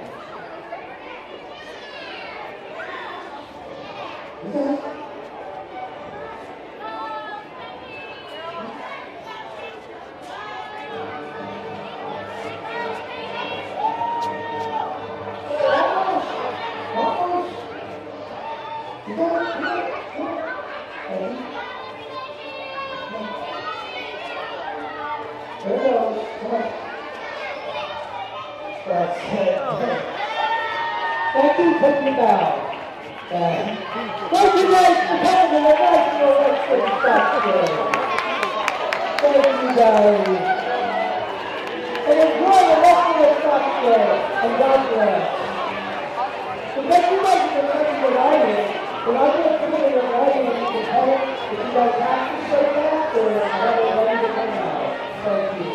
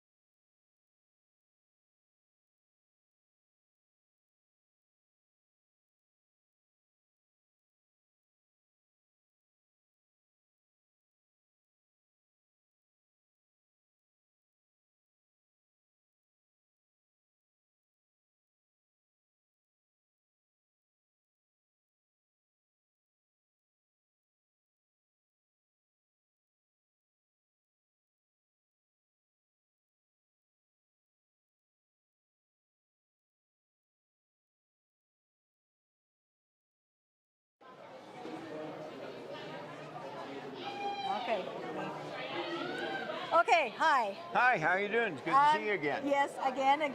This is not lambing season. I'm seeing you both in non-lambing season, which is a very interesting thing. I know you, but not everybody else does. Introduce yourselves if you would. My name is Martin Dowey, and this is my wife, Joy, and we are Valley Blacknose breeders here in the United States. Yes, you are. Now, you have a couple different businesses going. You have Shepherd's Lane, which is the farm up there in Lebanon, Oregon. Beautiful spot. Sheep, a couple different kinds of sheep, 3 or 4 different kinds of sheep, 22,000 dogs running around, peacocks, chickens, the whole thing. And Joy, you have a wool shop where you sell wool. Yes, we do. We love to work with this stuff. Yes, you do. This is like very springy, isn't it? It's beautiful. But Martin, you also have a business. Tell me about what your business is. Well, I have a business called Super Sire Limited. Our primary part of our business now is importing genetics from around the world. That's how he came here. He was actually an embryo that we had shipped in. We did the surgery that implanted into the surrogate ewe, and he popped out.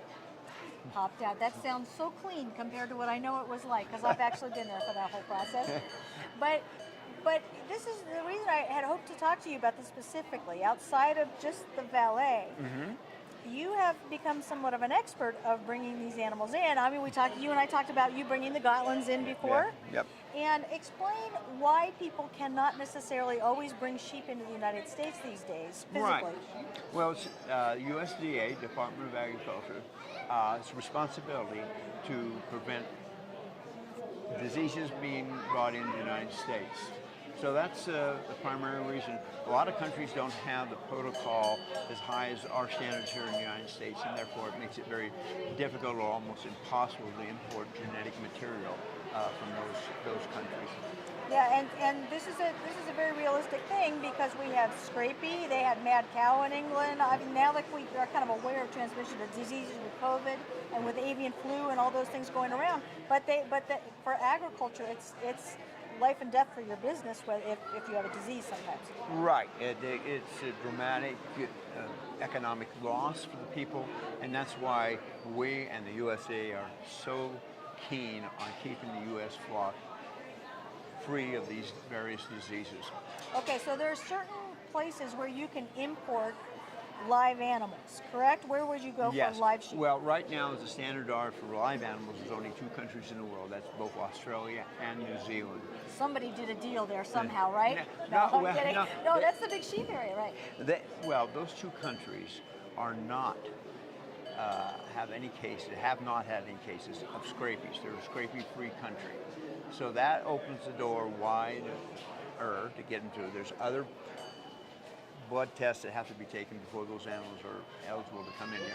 But when you're bringing a live animal in, for example, you got more costs, the freight and everything else to bring in a live animal. Most people are opting out and bringing the genetic material. In other words, meaning semen and embryos. If you bring a tank of semen in, you could have 5 or 6 rams collected in that tank or more.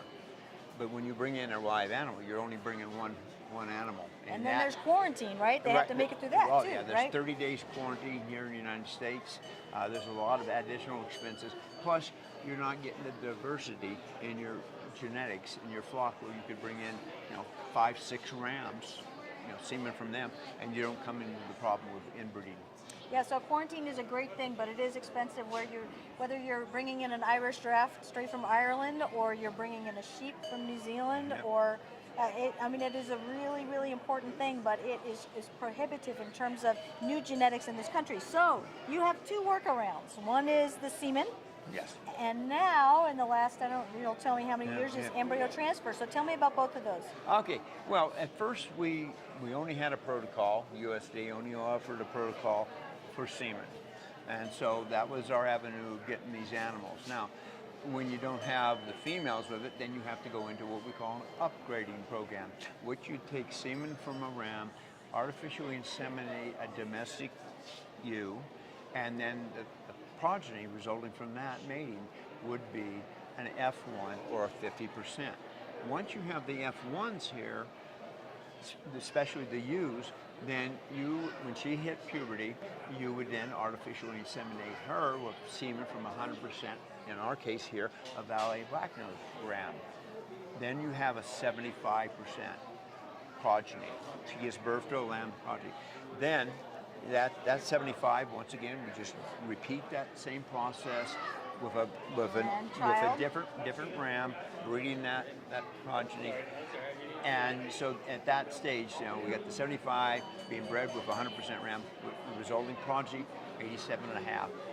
Yeah, you're 4 years down the road though at this point in time, because it's the child, it's the baby, and then the grandbaby, and then the great grandbaby.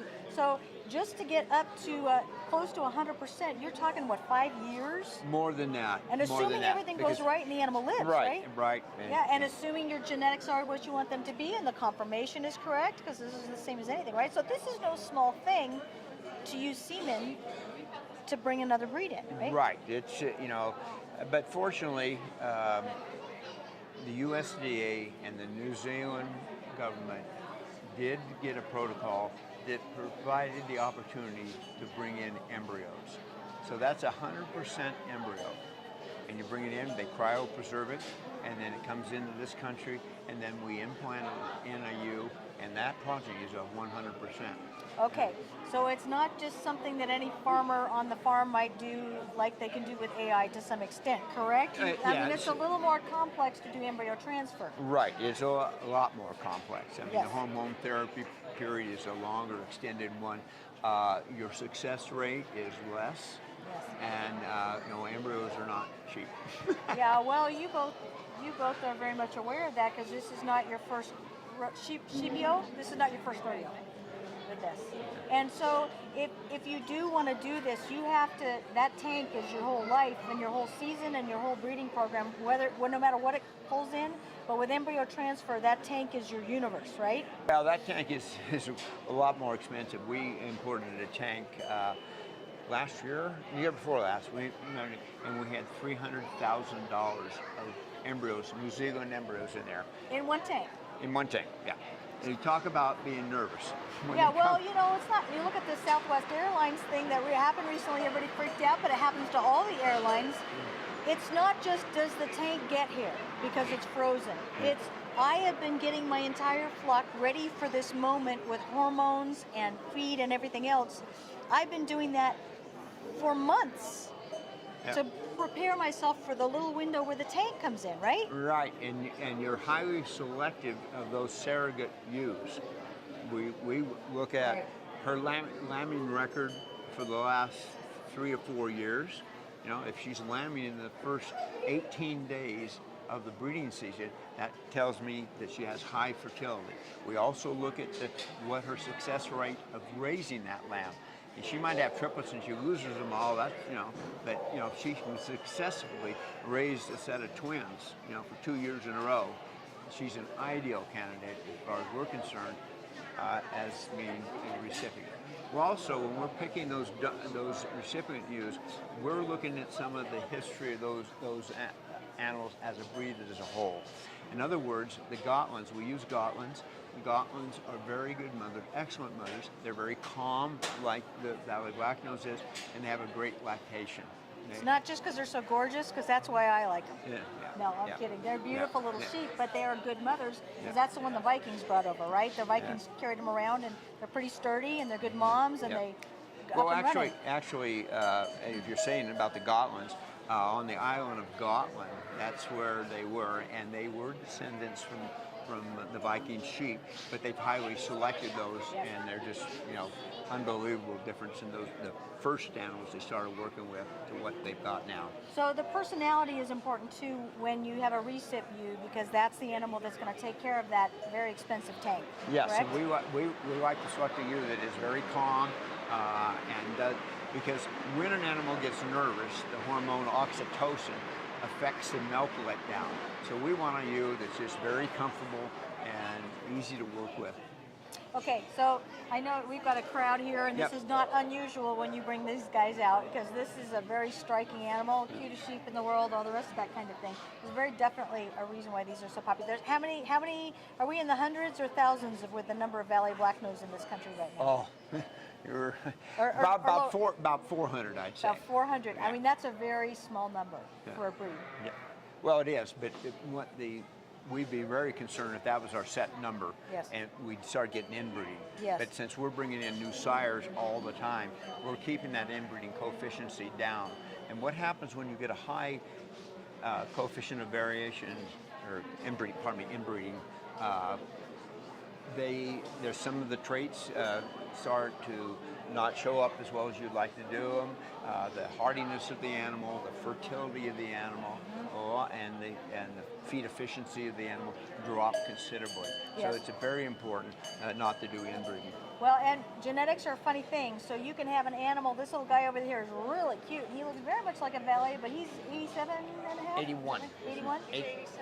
Yes. Oh, he is? Oh, 87. Okay. So in order to know that you have what you have, even if it looks like it, I'm assuming that that's part of what the society does. Is that correct? That is correct. The society maintains some pretty nice, reliable records on each animal. Yep. And we get into the upgrading program, and there are specific rules that each breeder follows in order to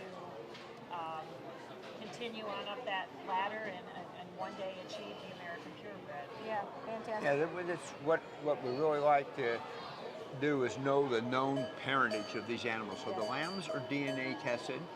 The dam, or the mother, and the sire, the ram, are DNA tested, and we confirm that that ram is a sire of that progeny, and that lamb came from that dam. Well, you say you confirmed it, but I saw the mountain of paperwork that you had on your plate, and I know that this is what you do for a living, so it's not just, oh, let me find somebody that says they have valet. You had to go to New Zealand, or you had to call New Zealand, or you have to spend long nights on the phone with New Zealand, making sure that you have a reputable breeder there, because that's your breeding stock for the whole country, right? That's very true. Yeah. You know, reputation of breeding is extremely important to us because we want to be able to guarantee the purity of these animals. Yep. So it's a long task and everything else to do it, but it's very, very rewarding. Okay, you just led me in beautifully to my last thing I'm going to say.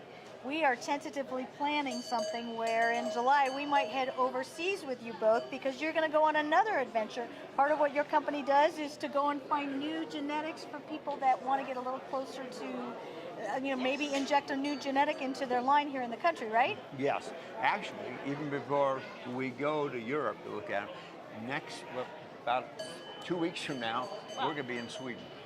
Well, now you're Switzerland, showing yeah, off. Switzerland, I'm sorry. We got, the Gotlands are from Sweden, so I say, using the wrong wordage, and I'm glad I have my lovely wife to correct me. We're off to the Miss Visp contest in February. That's for We're gonna these go up guys. to the mountains, Yeah. and see these judged by the Swiss Federation of Judges. Maybe come have something to come home with in the tank, an extra piece of luggage, and it's going to be very cold. And That's a problem with country to country. We don't have a protocol with the Swedes, so. But when we go in July, if I'm not mistaken, you're going to go farm to farm to farm to farm and look at the stock and see what they've got, and Martin will say, "Is that a Border Leicester? I don't know. Yeah, that's the one I want, right?" We're going to take a shopping list. Yeah. And then they'll ship from there. Well, thank you both so much. I'm so Sure. glad to speak, because Martin, you are the guy that knows genetics, and you've done this for how many years now? I think I was born in a lambing I barn. think you were, and she was born in a sheep barn, so the two of you are absolutely perfect for this. Yeah. So thank you so much for speaking with Certainly, us. and we appreciate you interviewing us. Yeah, and you're going to see us next week when we drop off, or next month, and we'll drop off your intern for lambing. Okay. We're Yep. happy to receive her right on Yep. schedule. I got for that on lambing. camera. Just thank you. All right. American Goat Federation, representing all goat production.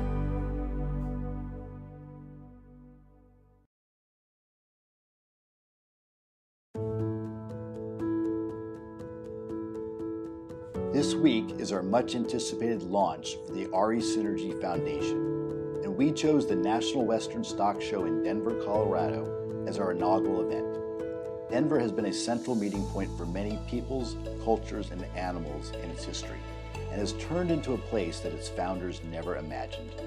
We hope that the gathering at the site of Denver's stockyards, at the railhead that helped to build a country, is a reminder of the awesome power of people coming together. We hope that when you see all the different breeds of livestock this weekend, you will imagine the history and the cultures that they represent.